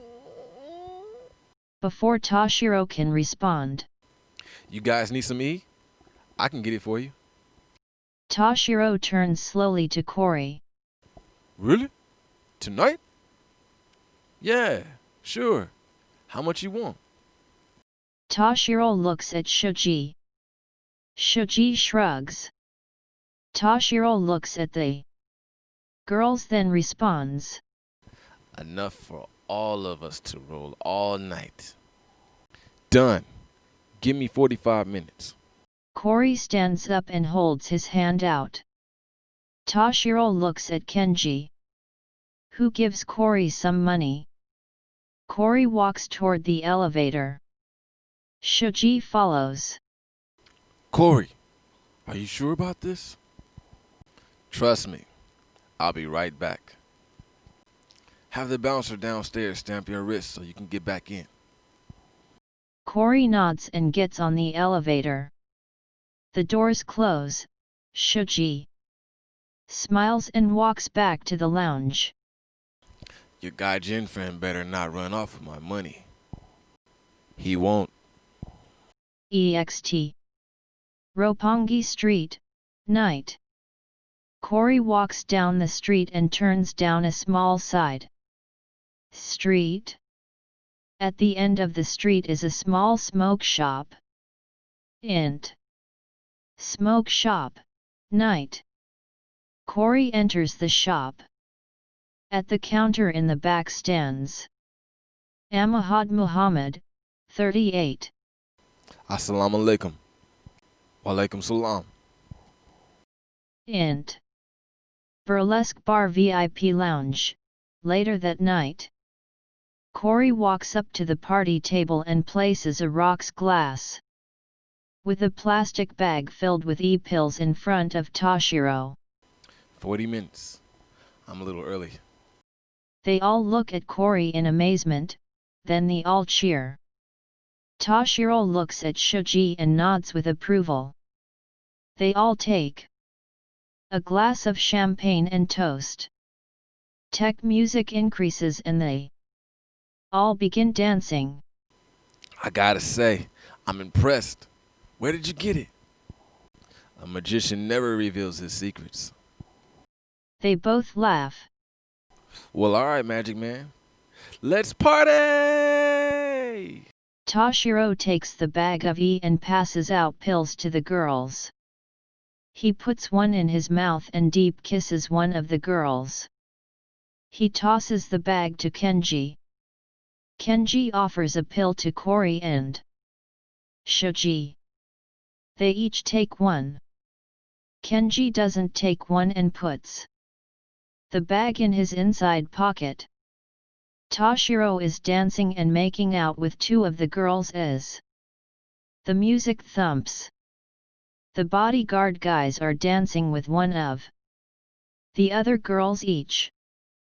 Kenji sits in the lounge getting fellatio from one of the other girls while the other dances around the table. Cory and Shoji walk over to the balcony edge and watch the show below. The normal over-the-top burlesque show is even more intense. While on drugs, the colors and light have trails behind them. The girls seem to move in slow motion, breast and butt cheeks seem to move and flow with a mind of their own. Corey and Shuji are feeling the music and start dancing raver style. They go back and forth in a dance-off. Their crew circles around them and cheer them on. Go Corey, go Corey, go Shuji, go Shuji. Each of them trying to outdo the other. Two of the girls start feeling the vibe and begin dancing with each other. Their dance is very erotic and the attention turns to watching them as they get more and more sexual. Corey and Shuji are dripping with sweat and sit down to have some water. Each of them is smiling and exhausted. The girls continue to dance while the rest watch. Int. Corey's apartment, day. Corey is passed out on his bed. Int. Corey's apartment, afternoon. Corey wakes up groggy, he lethargically walks to the bathroom to get ready for his day. He takes a shower, brushes his teeth, gets dressed and heads out the door. Ext. Conveni, afternoon. Corey exits the store eating a rice ball when his phone rings. Mosh. Hey man, hell of a night, right? I don't even know how I'm awake right now. What's up? Hey, come meet us at the steakhouse. I think Toshi's gonna offer you a job. I'll text you the address. Really? Okay, what time? Like, now. On my way. Ext. The steakhouse, afternoon. Corey checks his phone to confirm he is in the right place. Then walks into the building. The restaurant is on the third floor of the building. Int. The steakhouse, afternoon. Corey steps off the elevator into the closed restaurant. Employees are preparing to open. Some are cleaning, a bartender is stocking the bar. At a large booth table, Toshiro, Kenji, and Shuji are seated. Shuji motions to Corey. Corey walks over to the table and sits down. Looks like you survived the night. Barely. Everyone laughs. How would you like to come work for me? Doing what? Mostly working with Suji. Doing a little bit of this, a little bit of that. How much will I be paid? More than you're making now. Kenji and Toshiro laugh. That's good enough for me. When do I start? Tonight. Okay, I gotta take care of something first. Int. Club Nature, evening. Corey is in the back office with Franklin. Frank, I want to thank you for everything you've done for me. I got a job offer, and I'm going to take it. Really, kid? Well, I'll be sorry to lose you. Would you still be able to do your Brooklyn Thursday night parties? Man, that would be great. I'd love to. The two shake hands and hug. I wish you luck with your new venture, young blood. Thanks, Frank. See you later. Int. The steakhouse, private dining room, evening. A man sits eating a rare steak. He is wearing a white shirt, red tie and a black vest. A bodyguard stands outside the curtain. The man is Takahito Yamamoto, 62, he has tan skin, silver hair and a salt and pepper goatee. Seated in the booth next to Taka is his assistant Hiroshi Suzuki, 55. As he eats, his son Toshiro walks in through the curtain and bows. Father, I have a task for you. Takahito still looking at his food and eating. Hiroshi opens a briefcase and takes out an envelope and passes it to Toshiro. I need you to hand deliver this to someone overseas. I want you to wait for the answer and return it to me. Toshiro takes the envelope. The address is on the back. Toshiro bows. Hi. Toshiro walks away from the table. Takahito never looks up from his meal. Int. Toshi's car, evening. Toshiro takes out the envelope and looks at the address. They. Steakhouse, Los Angeles, CA USA. I hate LA. The car pulls off. Int. Black sedan, night. Shoji is driving. Cory sits in the passenger seat. In the back seat are three of the Russian girls from the burlesque bar. Night. The girls are dressed in elegant evening dresses. The car pulls up to the Tokyo Hyatt Regency Hotel. Cory turns to the girls. Okay, ladies. The valet opens the car door and the girls file out. We will be down here until you're done with the clients. The ladies walk into the hotel. Shoji and Cory get out and go inside the lobby bar for a drink. Int. Hotel bar, night later. Shoji and Cory sit at a small table drinking club soda. Two of the girls walk into the bar and up to their table. Hey, ladies. Everything go okay? They nod yes. Wait. Where's Natasha? Int. Hotel hallway, night continued. The elevator doors open on the 19th floor. Cory and Shoji step off and walk quickly down the hall. They get to the end of the hall to a suite door. Shoji rings the doorbell. They can hear faint slapping and crying. Shoji puts on a brass knuckle as Cory kicks in the door. They rush in and find Natasha laying on the bed crying. Standing over her is a heavy-set Japanese man wearing a giant panda mask, brief underwear, and black socks. Shoji punches the man in the head 3 times real fast. Cory helps Natasha get her things. She is crying and angry. As Cory escorts her out, she kicks the man laying on the floor. You fucking pig!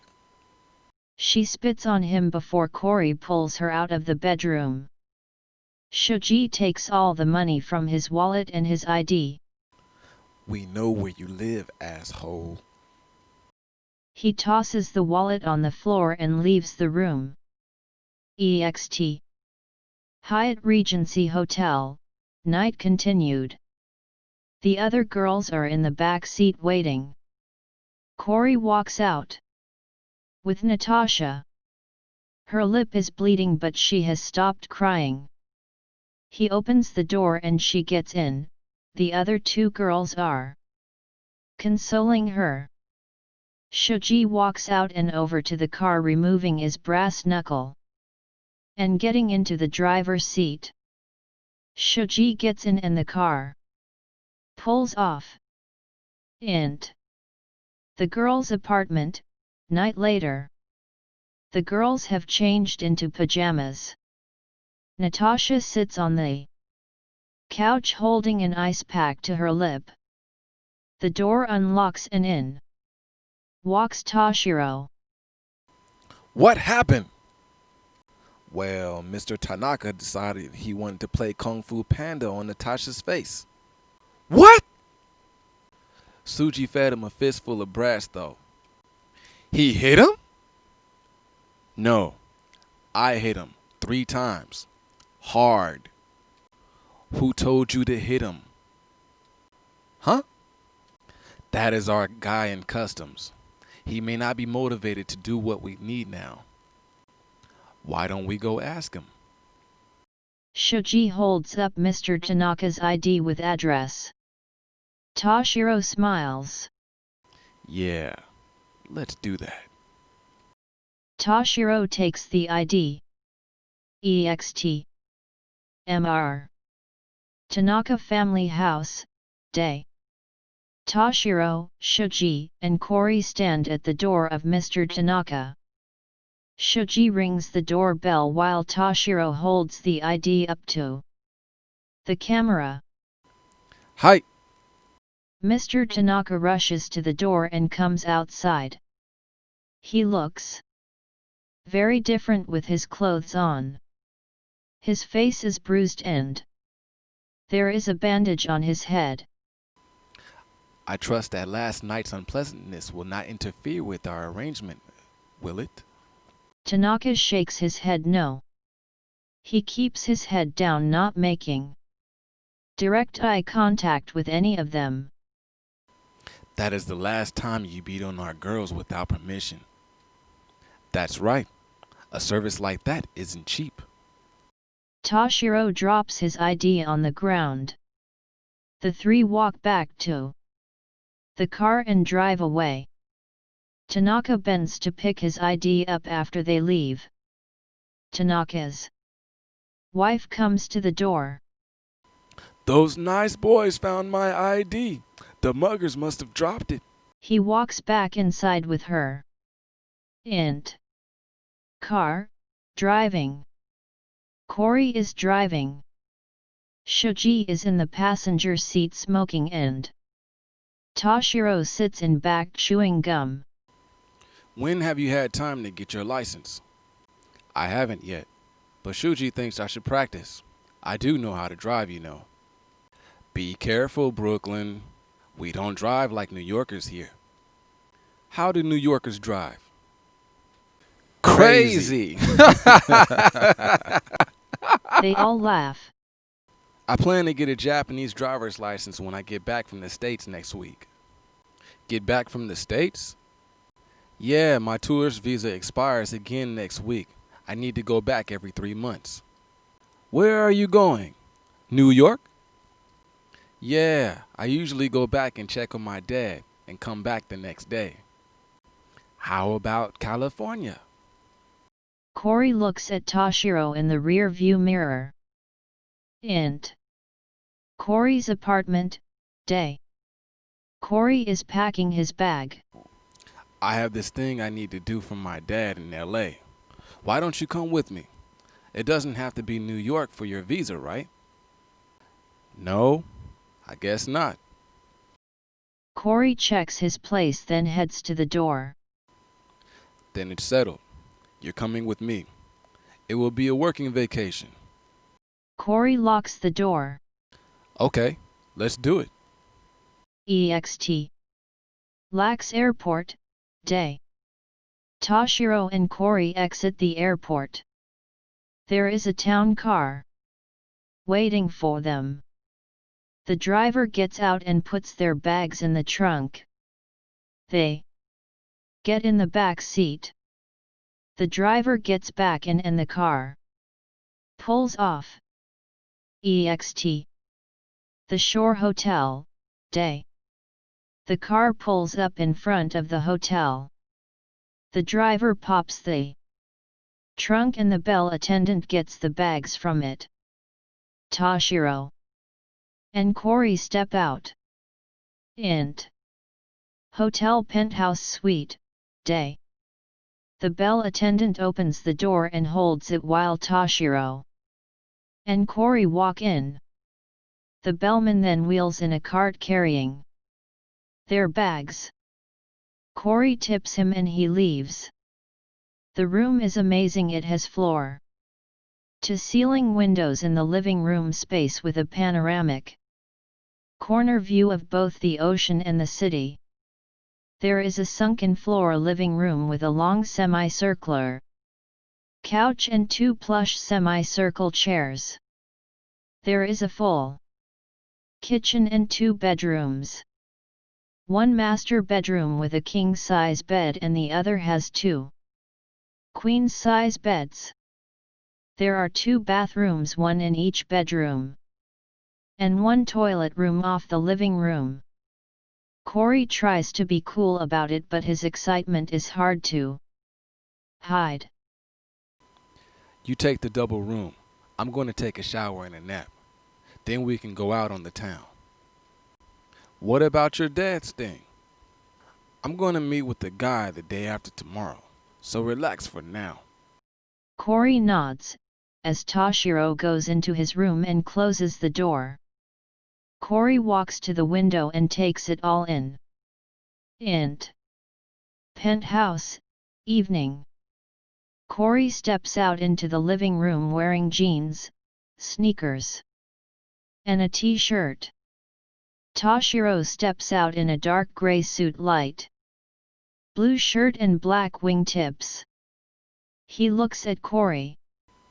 Is that what you're wearing? What's wrong with this? Do you know how much these sneakers cost? Don't know, don't care. You are not hanging out with me dressed like that. We're going shopping. Int. Pacific Palisades Shopping Mall, Brooks Brothers. Evening. Toshiro sits in a chair watching Corey try on different suits. He tries on 3 different styles, all of which Toshiro gives a thumbs down to. Then he steps out in a navy blue pinstriped 3-piece and a plain white shirt. Toshiro nods yes. Corey admires himself in the mirror as the salesman measures for his pant cuff. He likes what he sees. I'll take it. Good choice, sir. Your pants will take about 30 minutes to fix. We'll wait.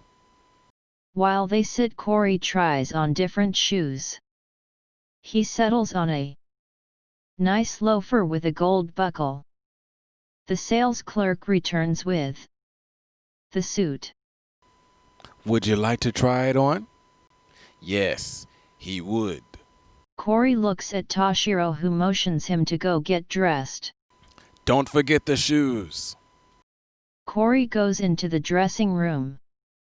When he comes back out of, it's like a whole new man. He even walks different. What do you think? After a shave and a haircut, it might be suitable. Let's go. Would you like a bag for your old clothes, sir? Burn them. Not my sneakers. I'll take those. Fine. Keep the sneakers. Now let's go. Int. Fancy barber shop, evening. A short time later. Corey sits back in the chair with a hot towel on his face as the chair raises back to the upright position. The barber takes off the towel, revealing a brand new Corey Fisher. He looks in the mirror and doesn't recognize himself. Toshiro nods with approval. Corey gets cleaned up by the barber, stands up, puts his jacket back on, and the two of them leave. Now you're worthy to hang out with me. The two laugh as the rented Ferrari speeds into the night. Int. Penthouse. One day later. Corey sleeps in his room. He wakes up to the smell of someone cooking food. He gets up, walks to the bathroom to urinate. Then he walks out of his room into the common space. In the kitchen is a lady wearing a thong and an apron. She stands at the stove cooking bacon and pancakes. She smiles at him. He smiles back, then he walks toward the open door of the master bedroom. In the bedroom there are two other girls and Toshiro. One of the girls is sitting at the round table in his room. with a large bag of cocaine on it. Toshiro is on the bed, getting fellatio from the other girl. There's plenty if you want some. She walks by Corey toward the master bedroom carrying a plate stacked with pancakes and another with bacon. She walks in and closes the door with her butt. Corey smiles and shakes his head as he walks to the kitchen and grabs a plate. Int. Penthouse, later. Corey is getting dressed in his suit, he checks his watch and looks out toward the master bedroom. He is finishing buttoning his vest and walks out of his room. He walks to the master bedroom room door. He can hear giggling from the ladies and sniffing. He knocks. Toshi, don't we have to get going, man? Oh, shit! Corey can hear movement behind the door, then the door opens. Toshiro is sweating, coke on his nose and his hair is very messy. He hands Corey the envelope from his father. You go and handle this for me. He closes the door and the giggling and sniffing continue. Corey shakes his head and preps to leave. Hey, where am I going? The steakhouse. Little Tokyo. Corey leaves the penthouse. EXT. The Shore Hotel, afternoon. The Ferrari pulls up and stops in front of Corey. The valet gets out and Corey tips him. Corey looks up toward the penthouse, shakes his head, gets in the car and drives away. EXT. The Steakhouse LA. Afternoon. Corey stands outside the door of the restaurant. Int. The Steakhouse LA. Continuous. Corey walks into the darkness of the steakhouse. He walks down the hall to the empty dining room. There is a bartender prepping for the night. I'm here to see Mr. Fujimoto. His office is up those stairs. Thank you. Int. The steakhouse office. Continuous. Akira Fujimori, 56, a slim man wearing reading glasses. He has salt and pepper hair slicked back. He sits at his desk, writing. Knock knock at the door. Yes? Mr. Fujimoto? He places it on the desk then stands back. Akira looks over his glasses at Corey as he picks up the envelope. Akira opens the letter. As he reads it, his face turns pale white. He removes his glasses and rubs his face with a handkerchief. Would you close the door, please? Corey walks back and closes the door, then returns to the desk.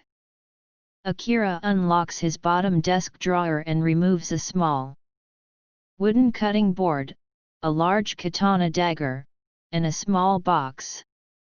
He opens the box and places a small white cloth into it.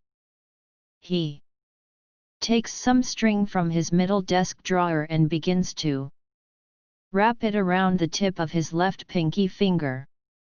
He then places his pinky on the cutting board with the dagger. He cuts off the tip of his finger. He holds the handkerchief around the cut finger. Placing the fingertip in the box, he motions to Corey to close the box and take it. Corey wraps the tip in the cloth, closes the box, bows, and leaves the office. Int. Penthouse, evening. Corey walks in the penthouse. Toshiro looks like he just got out of the shower. He is wearing a bathrobe and his hair is wet. There is a towel draped around his neck. Corey walks over to the couch. Loosening his tie. He takes out the box and sets it on the table. Everything go okay? What's this? His reply? Toshiro picks up the box and opens it. His smile vanishes. Shit! Toshiro knows him not doing this task himself was a huge mistake. He sits down on the couch. They both say nothing and just sit. Int. Penthouse, morning. Corey and Toshiro pack their things. EXT. The Shore Hotel, morning. Corey and Toshiro get into the town car. EXT. Lax Airport, morning. Corey and Toshiro get out of the car. Int. Airplane day. Corey and Toshiro sit in first class in silence. EXT. Hanada Airport, night. Corey and Toshiro are picked up by a white taxi. Int. White taxi, driving. Corey stares out the window. EXT. Corey's apartment, night. Corey gets out and the white taxi pulls off. Corey turns to go inside. Int. Corey's apartment, next day. Corey is brushing his teeth when a car horn blares. Corey walks to the window, looks down and sees Shuji's car. EXT. Corey's apartment, day. Corey steps out and gets into the car. Int. The steakhouse, day. Shuji and Corey walk into the main dining room.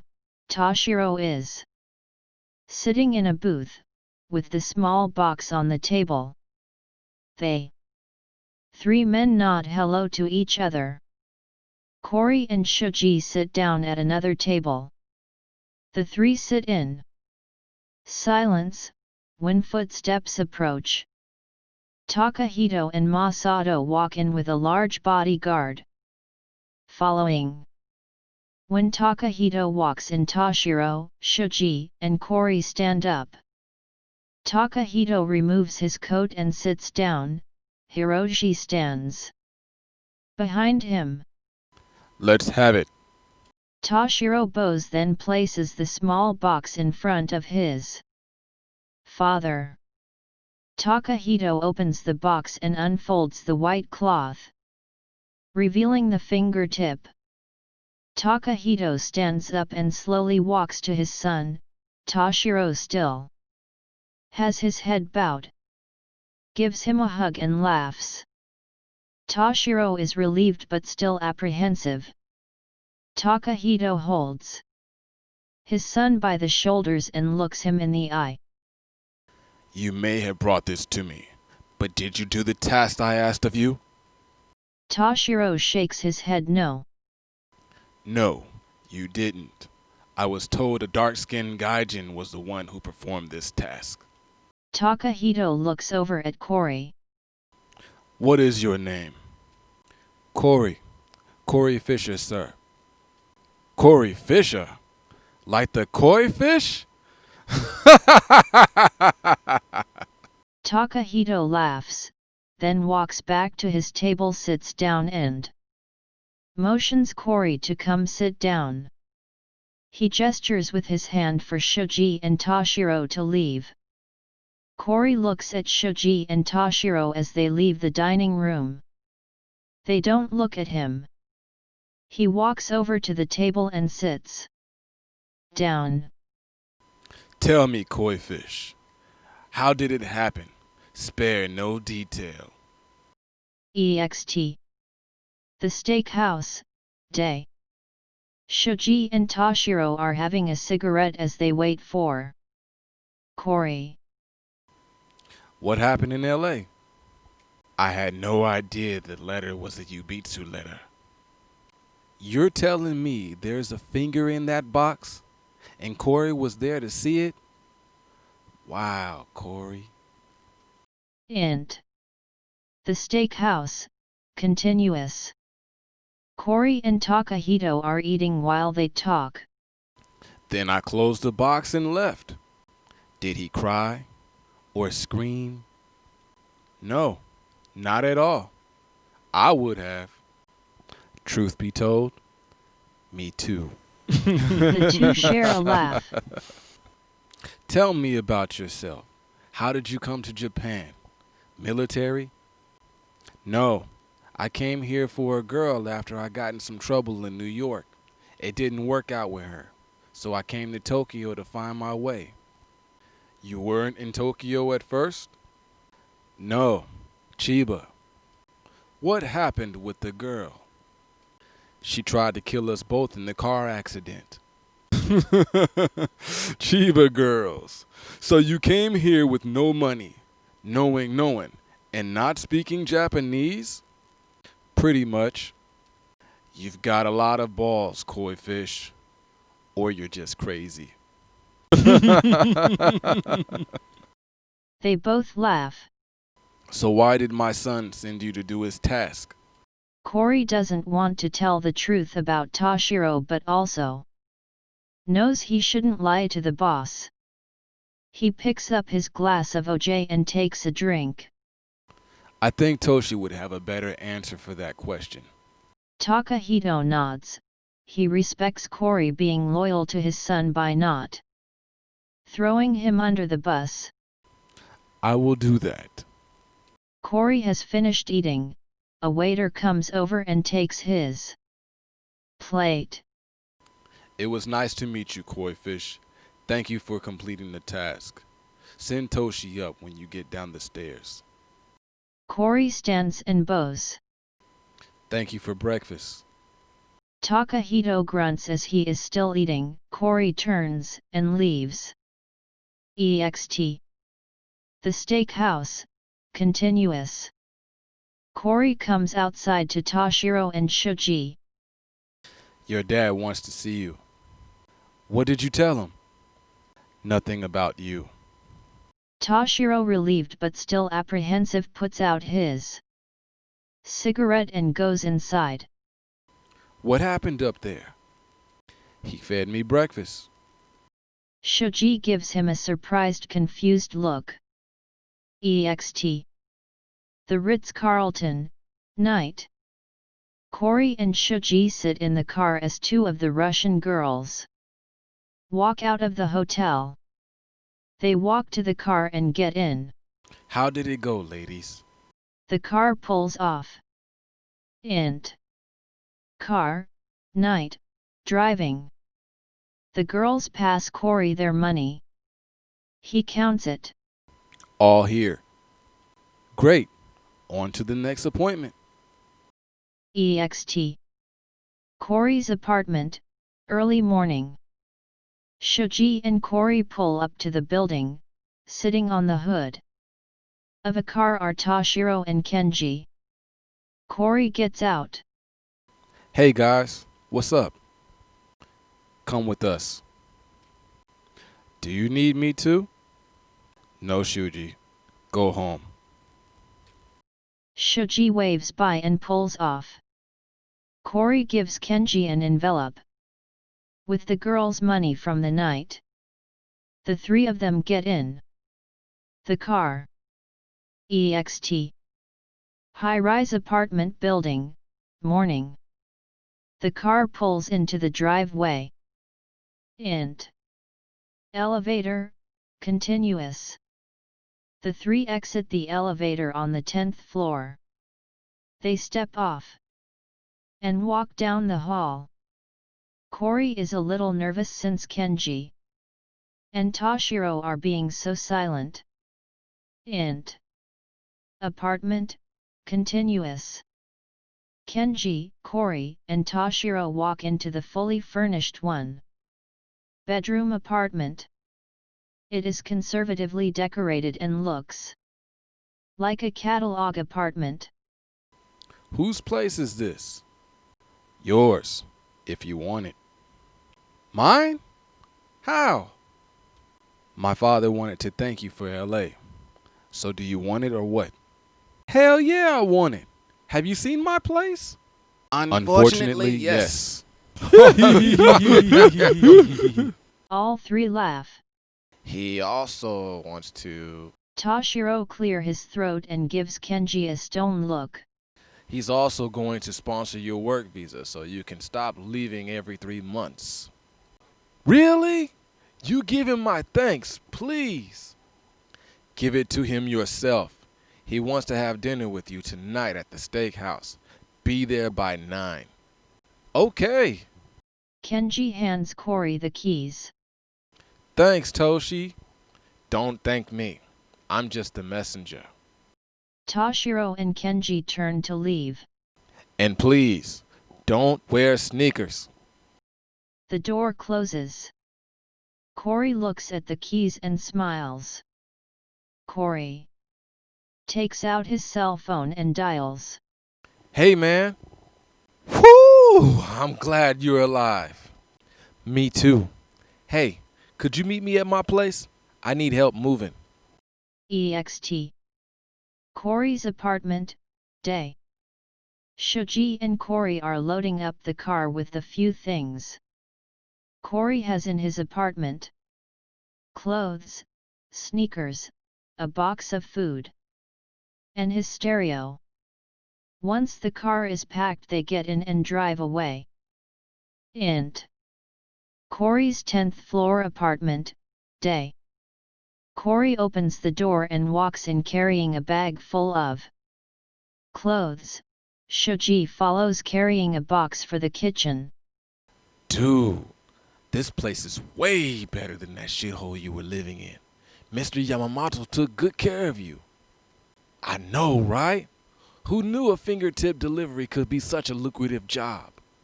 Funny, but not funny. Shoji puts the box in the kitchen and walks around. It's not as nice as my place, but it's a good start. I'm supposed to have dinner with him tonight. Don't wear sneakers. Why does everybody assume I will wear sneakers? Shoji turns and looks at him, then his feet, then back to his face. All right, I get it. Let's get the rest of my stuff. Shoji tosses him the keys. My job is done. You know where the car is. Shoji sits down on the couch. Jerk. Cory turns to leave the apartment. Int. The steakhouse, private dining room. Cory steps into the restaurant. He is wearing his suit from LA with a red necktie. The host at the door leads him to the private dining room, where Takahito is already seated. Koi fish, welcome. Have a seat. Cory sits down across from him. Mr. Yamamoto, I can't thank you enough for what you've done for me. I'm truly grateful. Domo arigato. It's my pleasure. You have proven to be a valuable asset. You showed both courage and loyalty. Those qualities are appreciated. Plus, you remind me of myself at your age. The waiter brings in a bottle of red wine.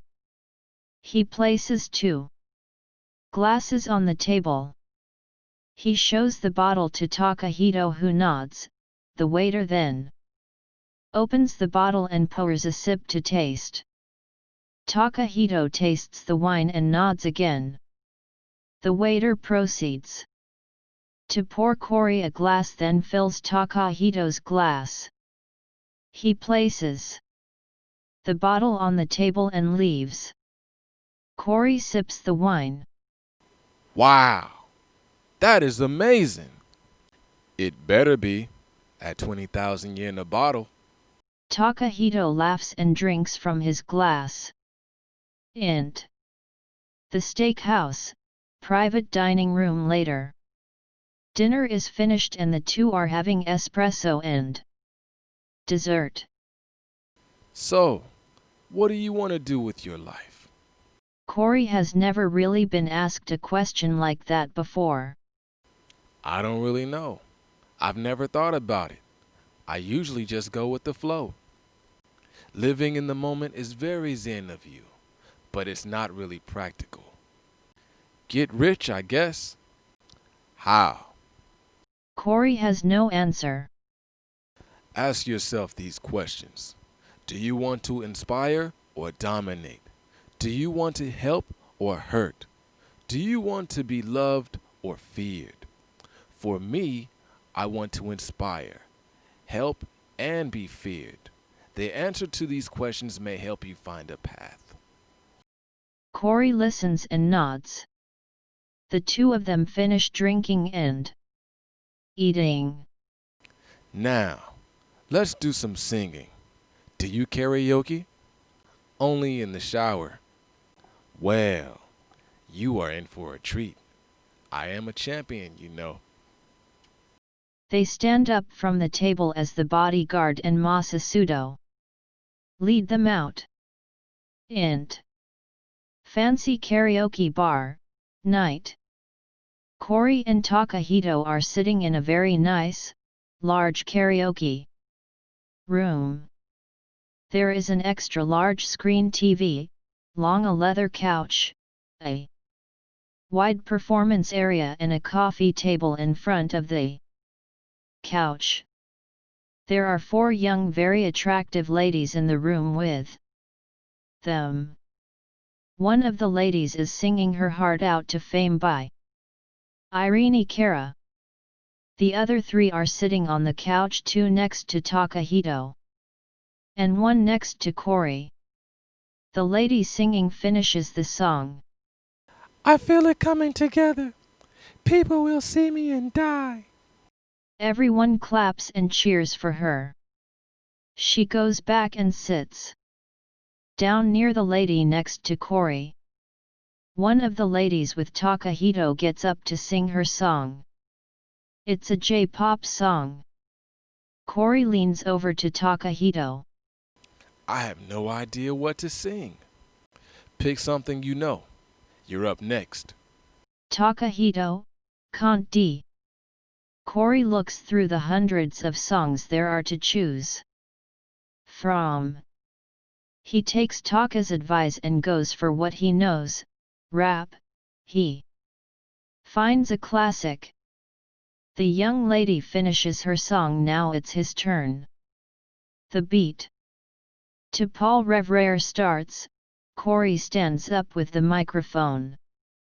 Corey. Now here's a little story I've got to tell about 3 bad brothers you know so well. It started way back in history, with Ad Rock, MCA, and me Mike D. Bin had a little horsey named Paul Revere. Just me and my horsey and a quart of beer. Riding across the land, kicking up sand sheriff's posse on my tail. 'Cause I'm in demand. One lonely beastie I be.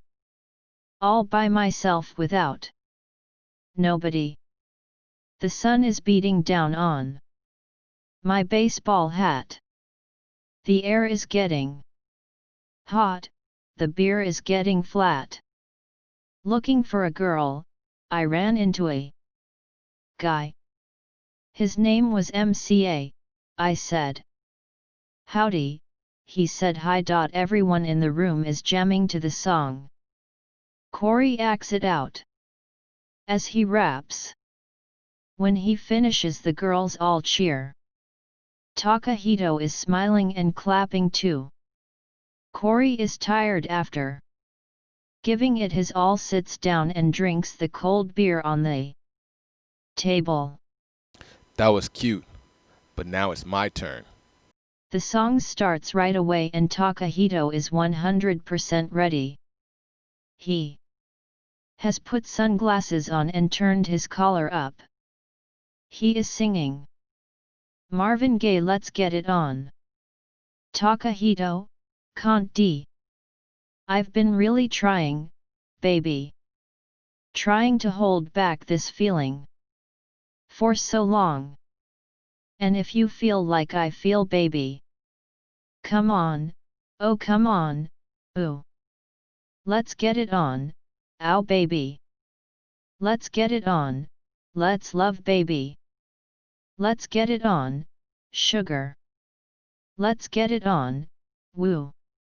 We're all sensitive people with so much to give. Understand me, sugar. Since we got to be, let's live, I love you. There's nothing wrong with me loving you, baby, no. And giving yourself to me can never be wrong. If the love is true, oh baby ooh. Don't you know how sweet and wonderful life can be, ooh ooh. I'm asking you baby to get it on with me, ooh ooh ooh. I ain't gonna worry, I ain't gonna push, I won't push you baby. So come on, come on, come on, come on, come on, baby. Stop beating round the bush, hey. Takahito is really good, he is hitting all the notes just right as he's singing directly to the young ladies who are all melting as he sings. Cory can't believe his eyes as this old Japanese man swoops all 4 girls into his trap. EXT karaoke bar, night later. Cory watches as Takahito gets into a limo with all 4 young ladies. The girls are giggling and a little tipsy. The door closes, then the window rolls down. I had a good time, Koi Fish. You can get yourself home, right? Yes, sir. I'll be okay. How did you pull that off? No woman can resist Marvin. Let's go, ladies. The window rolls up and the limo pulls off. Cory watches as it disappears into traffic. Cory smiles, shakes his head and hails a taxi. Int. Cory's 10th floor apartment, early morning. Cory sits at his eating table with a cup of coffee, a pen and pad. On the paper he writes, what do I want to do with my life? Just then his cell rings. Mosh mosh. What's up, man? Int. Shoji apartment, continuous. How did it go with Mr. Y? It was a wild night. I'm sure it was. Listen, Toshi has some new recruits coming into town tonight, and he wants to show them a good time. Your Brooklyn thing is tonight, right? Int. Cory's apartment, continuous. Yes. Okay, after I pick up the girls, drop off their bags at the spot, let them get freshened up, we'll come to Club Nature around midnight. Okay, cool. Then when I get done, we head over to Toshi? You got it. See you tonight. Int. Club Nature, night. The club is in full swing, the bottles are flowing and the DJ is playing amazing hip-hop hits. The dance floor has a dance-off going on with 2 teams of break dancers tearing it up. Shoji is in the VIP with 4 very attractive Filipinas. They are dressed in provocative clothes and are very alluring.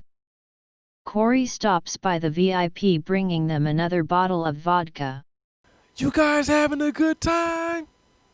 We're having a fantastic time, man. Can't you tell? One of the ladies is grinding on Shoji's lap. Yeah, I see you. I'll be done in about an hour, then we can get it going. Shoji gives him the thumbs up as he sits back and joins in on the grinding dance. The other ladies kiss Cory on the cheek as he leaves the VIP. Thank you, Daddy! Cory smiles and goes back to work. EXT. Club Nature, night later. Shuji, Cory, and the 4 ladies leave the club. The hail 2 taxis, 3 in each, and the taxis pull off. Int. Night lounge, night. This bar is more on the chill vibe side. The song Dig This Vibe by DJ Crush is playing, the lights are low and the people are more mature. Shuji and Cory walk in with the ladies and all heads turn toward them. These ladies with their smooth, tan, brown skin and full bodies saunter in and demand attention from every man and woman in the place. They walk with confidence and purpose. Toshiro is sitting in a large booth in the back with Kenji and 2 Japanese ladies. Kenji motions for them to leave. Go away. The 2 ladies get up and walk away, as Shuji and Cory arrive with their group. The ladies scoot into the booth. Welcome to Tokyo, ladies. What's your pleasure? Tequila! Shot, shot, shot, shot, shot, shot. Everybody! They all laugh. I want a shot of him too. Looking at Cory. Toshiro motions for Cory to get the drinks. He walks to the bar. I'll come with you. As they walk away. I don't think these girls need any breaking in. They seem like pros. They don't seem out of place, that's for sure. Int. Night lounge, night, later. Cory is sitting next to the young lady who said she wanted a shot of him, while Shuji is flirting with a group of African American tourists. Toshiro is on the dance floor dancing with the 3 other Filipinas. 85. He looks over and sees the young lady touch Cory's leg, then whispers something in his ear. He laughs and whispers something back. Toshiro, drunk and high, storms over to them. What the fuck you think you're doing? Talking. That looked like more than talking to me. Dude, what are you talking about? We're just chilling. Well, what if I don't like the way you chill? Toshi, you need to relax, man. Don't tell me to fucking relax. Cory stands up and tries to de-escalate the confrontation. Come on, man, let me get you some water. Cory puts his hand on Toshiro's shoulder. Toshiro pushes him in the chest. Cory stumbles back a little. Calm down, man, I don't want to fight with you. Toshiro gets real close to Cory's face. Well, maybe I want to fight with you. Cory turns around to walk away. Don't fucking turn your back on me! Toshiro lunges at Cory, pushing him into another table. Cory has had enough.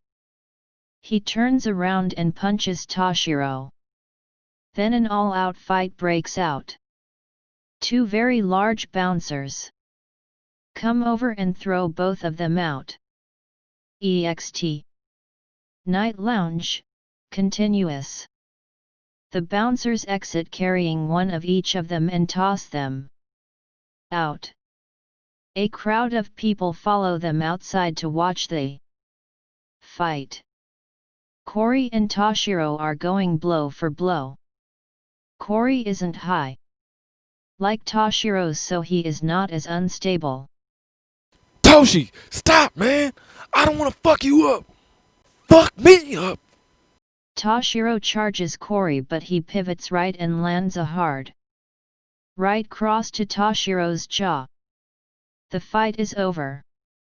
Kenji and Shuji help Toshiro sit down on the street. I'll take care of him. Get the girls back to the apartment. Shuji nods.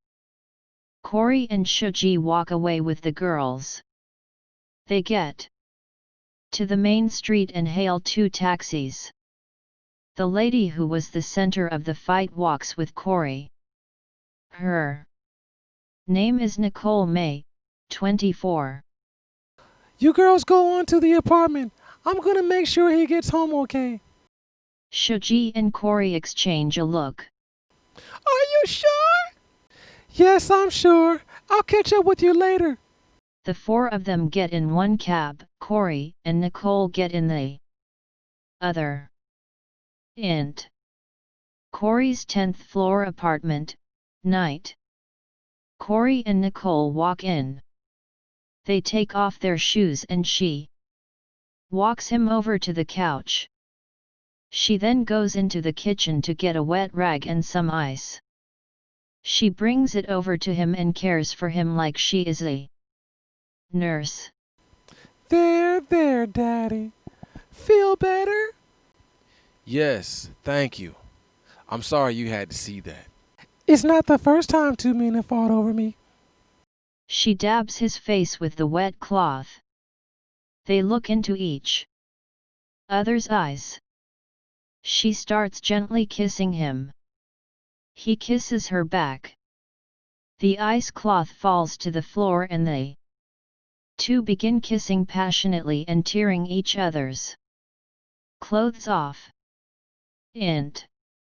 Corey's bedroom, morning. Corey is laying in bed when he wakes up to Nicole sitting on the edge of the bed getting dressed. Good morning, sleepyhead. Good morning. What time is it? 5:30. Where are you going? I'm going back to the apartment with my girls. You're not going to stay for breakfast? You're sweet. You're not going to stay for breakfast? You're sweet, but no. She stands and checks herself in the mirror. Then she walks over to Corey and kisses him. I didn't know if you would be up, so I took my fee out of your wallet. You're charging me? Sweetie, I'm here to make money. This cookie isn't free. I gave you a discount because I like you, but you gotta pay to play. She kisses him again. Then turns to leave. Do you know how to get there?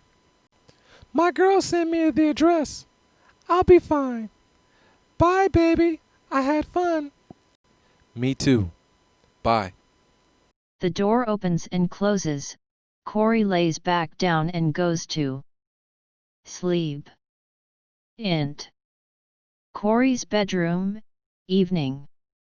Corey's phone is vibrating. He opens his eyes slowly and grabs the phone. Mosh. Corey-san. Mr. Yamamoto would like to see you. Okay, I'll be right there. Corey hangs the phone up, then rolls over. Int. The steakhouse, evening. The restaurant has not yet opened for dinner. Takahito and Toshiro are waiting in the main dining room.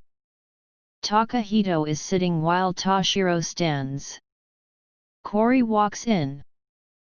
Konbanwa. Toshiro says nothing. Konbanwa, koi fish. Corey stands by a table. So, there was a fight. Yes, sir. My son wants me to take vengeance on you for winning this fight. Corey is nervous but he understands if Takahito needs to stand. Was it a fair fight? Yes, sir, it was. I did not want to fight, but Toshi insisted. He was being disrespectful, father. How? He was mocking me with one of the new girls. How is being friendly mocking you? You were throwing it in my face. We were all having a good time when you came at me all crazy. Enough. This sounds like a fight between 2 friends. One lost. I see no need to intervene. Now shake hands. Corey extends his hand to Toshiro. Toshiro looks at it then up at Corey. He is embarrassed. I'm sorry, Toshi. Toshiro accepts his apology and shakes his hand. Me too. Now, go get me some money. Toshiro bows, Cory bows. They turn and leave together. EXT. The steakhouse, evening. Cory and Toshiro walk outside. Toshiro lights a cigarette. Did you fuck that girl last night? Yeah, and she charged me 30,000 yen too.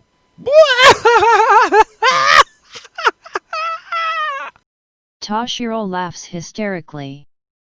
Good. Cory laughs too and they walk to the main street together. EXT. Streets of Roppongi, evening. Cory and Toshiro are walking. I want to make a big score off the books. Something on my own to show my father I can handle my own crew. Something like what? Drugs. Int. Club Black, night. Toshiro sits with Cory, Shuji, and Kenji. They huddled around a small table. I've been talking with this guy in Shanghai about bringing in some of his product. He's willing to unload for me for a ridiculously low price, but I have to smuggle it in. We need to send someone to go get it and bring it back. I was thinking about having one of our girls coming in from China to do it, but I don't think I could trust that. What loyalty would she have to me? I could do it. I have 2 passports, Japanese and Chinese. Toshiro looks at Kenji. Could you really do it? For 20%? Yes, I could. 20%? That's extortion. I'm taking all of the risks. 20%. Take it or leave it. Toshiro looks at Kenji. Kenji nods.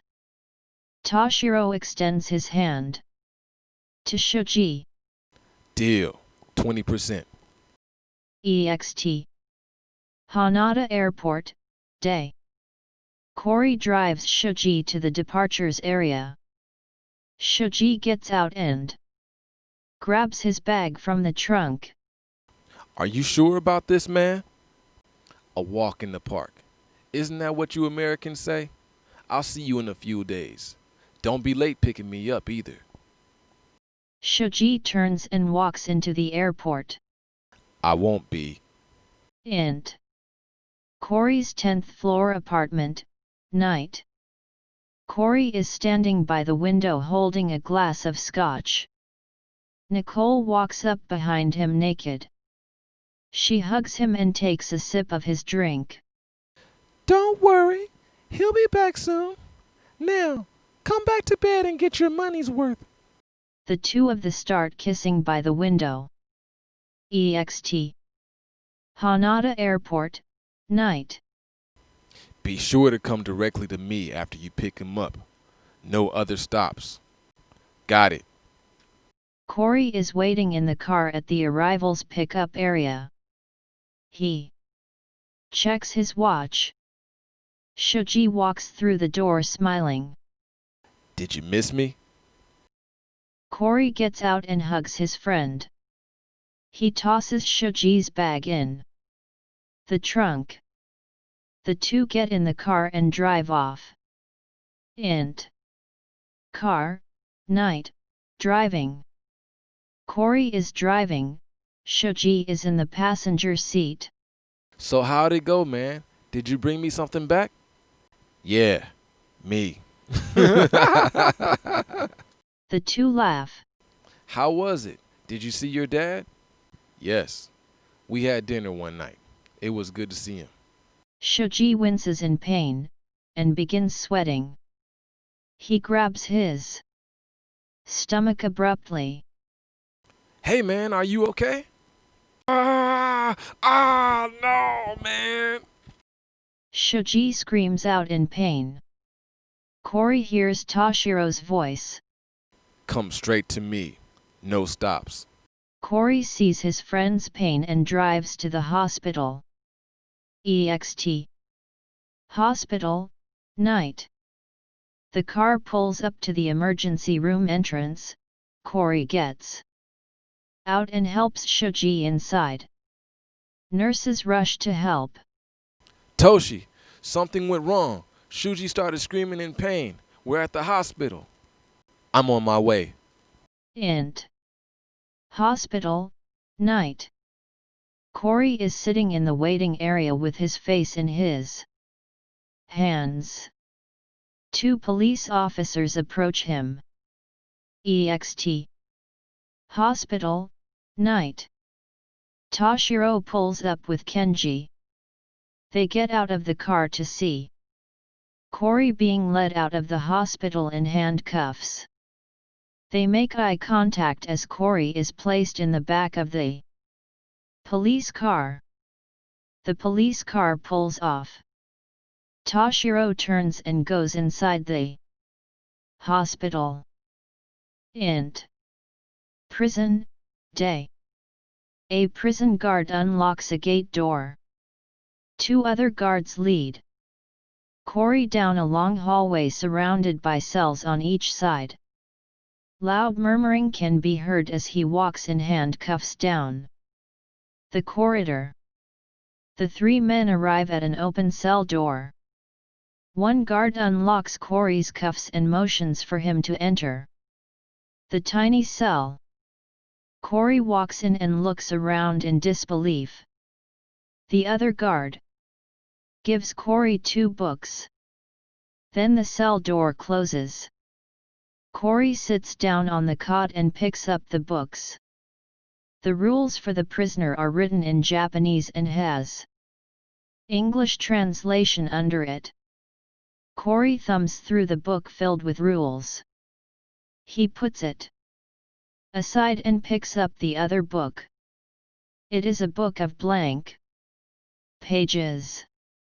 Corey looks up and sees one of the guards standing at the door. The Japanese guard gestures that book is for writing. Corey nods and the guard walks away. Corey puts the book down, then puts his face in his hands. He is filled with both sadness and frustration. EXT. Prison yard, day. Corey and the other prisoners are marched around the prison yard. Each knee, each knee, each knee. Int. Prison factory, day. Corey and the other prisoners are in an assembly line folding paper bags. Int. Prison shower, day. Prisoners wash in a Sento-style bathroom. Int. Prison cell, night. Corey writes in his journal. Lights out. The lights of the cell turn off. Int. Prison hallway, day. The prisoners line up outside their cells as a guard counts them. After counting, they march away. Each knee, each knee, each knee. EXT. Prison yard, day. Corey and the other prisoners are marching around the prison yard. Each knee, each knee, each knee. Int. Prison factory, day. Corey and the other prisoners are in an assembly line folding paper bags. Int. Prison shower, day. Prisoners wash in a Sento-style bathroom. Int. Prison cell. Corey lays in bed staring at the ceiling. EXT. Prison, day, 3 months later. Corey walks out of the prison gates. Waiting for him is Toshiro. Corey walks over to Toshiro, who has tears in his eyes. Toshiro bows to Corey. Corey, also with tears in his eyes, pulls Toshiro in for a hug. Shuji died in the hospital. I know, the guard told me. They slowly release the hug. Corey gets in the car. Toshiro drives them away from the prison. EXT. Car, driving. Cory stares blankly out the window as Toshiro drives. EXT. Yamamoto House, day. The gates open and the car pulls into the gravel driveway. The house is more like a compound. There are 2 other cars parked. The house is huge and is surrounded by a garden. Cory and Toshiro get out of the car and go inside. Int.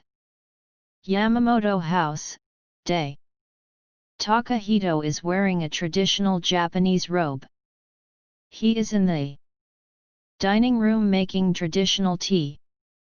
Toshiro leads Cory into the room. Koi fish. Takahito opens his arms and embraces Cory. I'm glad you made it out alive. So am I. Tragic way to go for Suji. It was painful to watch. I had a friend die like that as well, trying to bring in heroin. Toshiro stands in silence. I feel so lost without him. He was your friend. It would take time for that wound to heal. I did get to answer those questions you told me to ask myself. Cory takes out the journal. May I see? Takahito takes out his reading glasses as Cory passes him the book. It reads, How did I get here? What do I do now? I want to inspire. I want to help. I want to be loved. Takahito removes his glasses and smiles to himself. He looks over at Toshiro. Toshiro walks into another room, then returns with Cory's duffel bag. He walks over and drops it at Cory's feet. Cory looks down with sadness and confusion. These are good answers. Now perhaps you can find your path. Are you sending me away? Yes, I want you to take some time away from the city. You need to mourn your friend and cleanse the stench of prison from your soul. I'm sending to you a place in my hometown. There, you can relax your body and mind. Cory is overcome with joy and hugs Takahito, and the tears finally start to come down. Int. Train car, day. Cory sits by the window watching as the city quickly disappears and turns to trees and farmland. As he rides the train, he reflects on his time with his friend. Int. Train car, flashback. Int. Social club. Cory and Shuji laughing at the craps table. Int. Cory's apartment.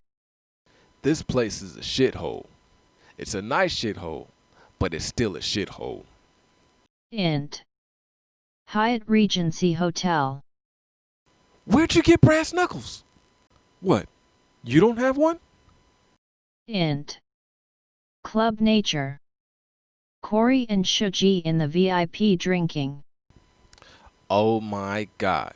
Becky, look at her butt. It's so big. She looks like one of those rap guys' girlfriends. Int.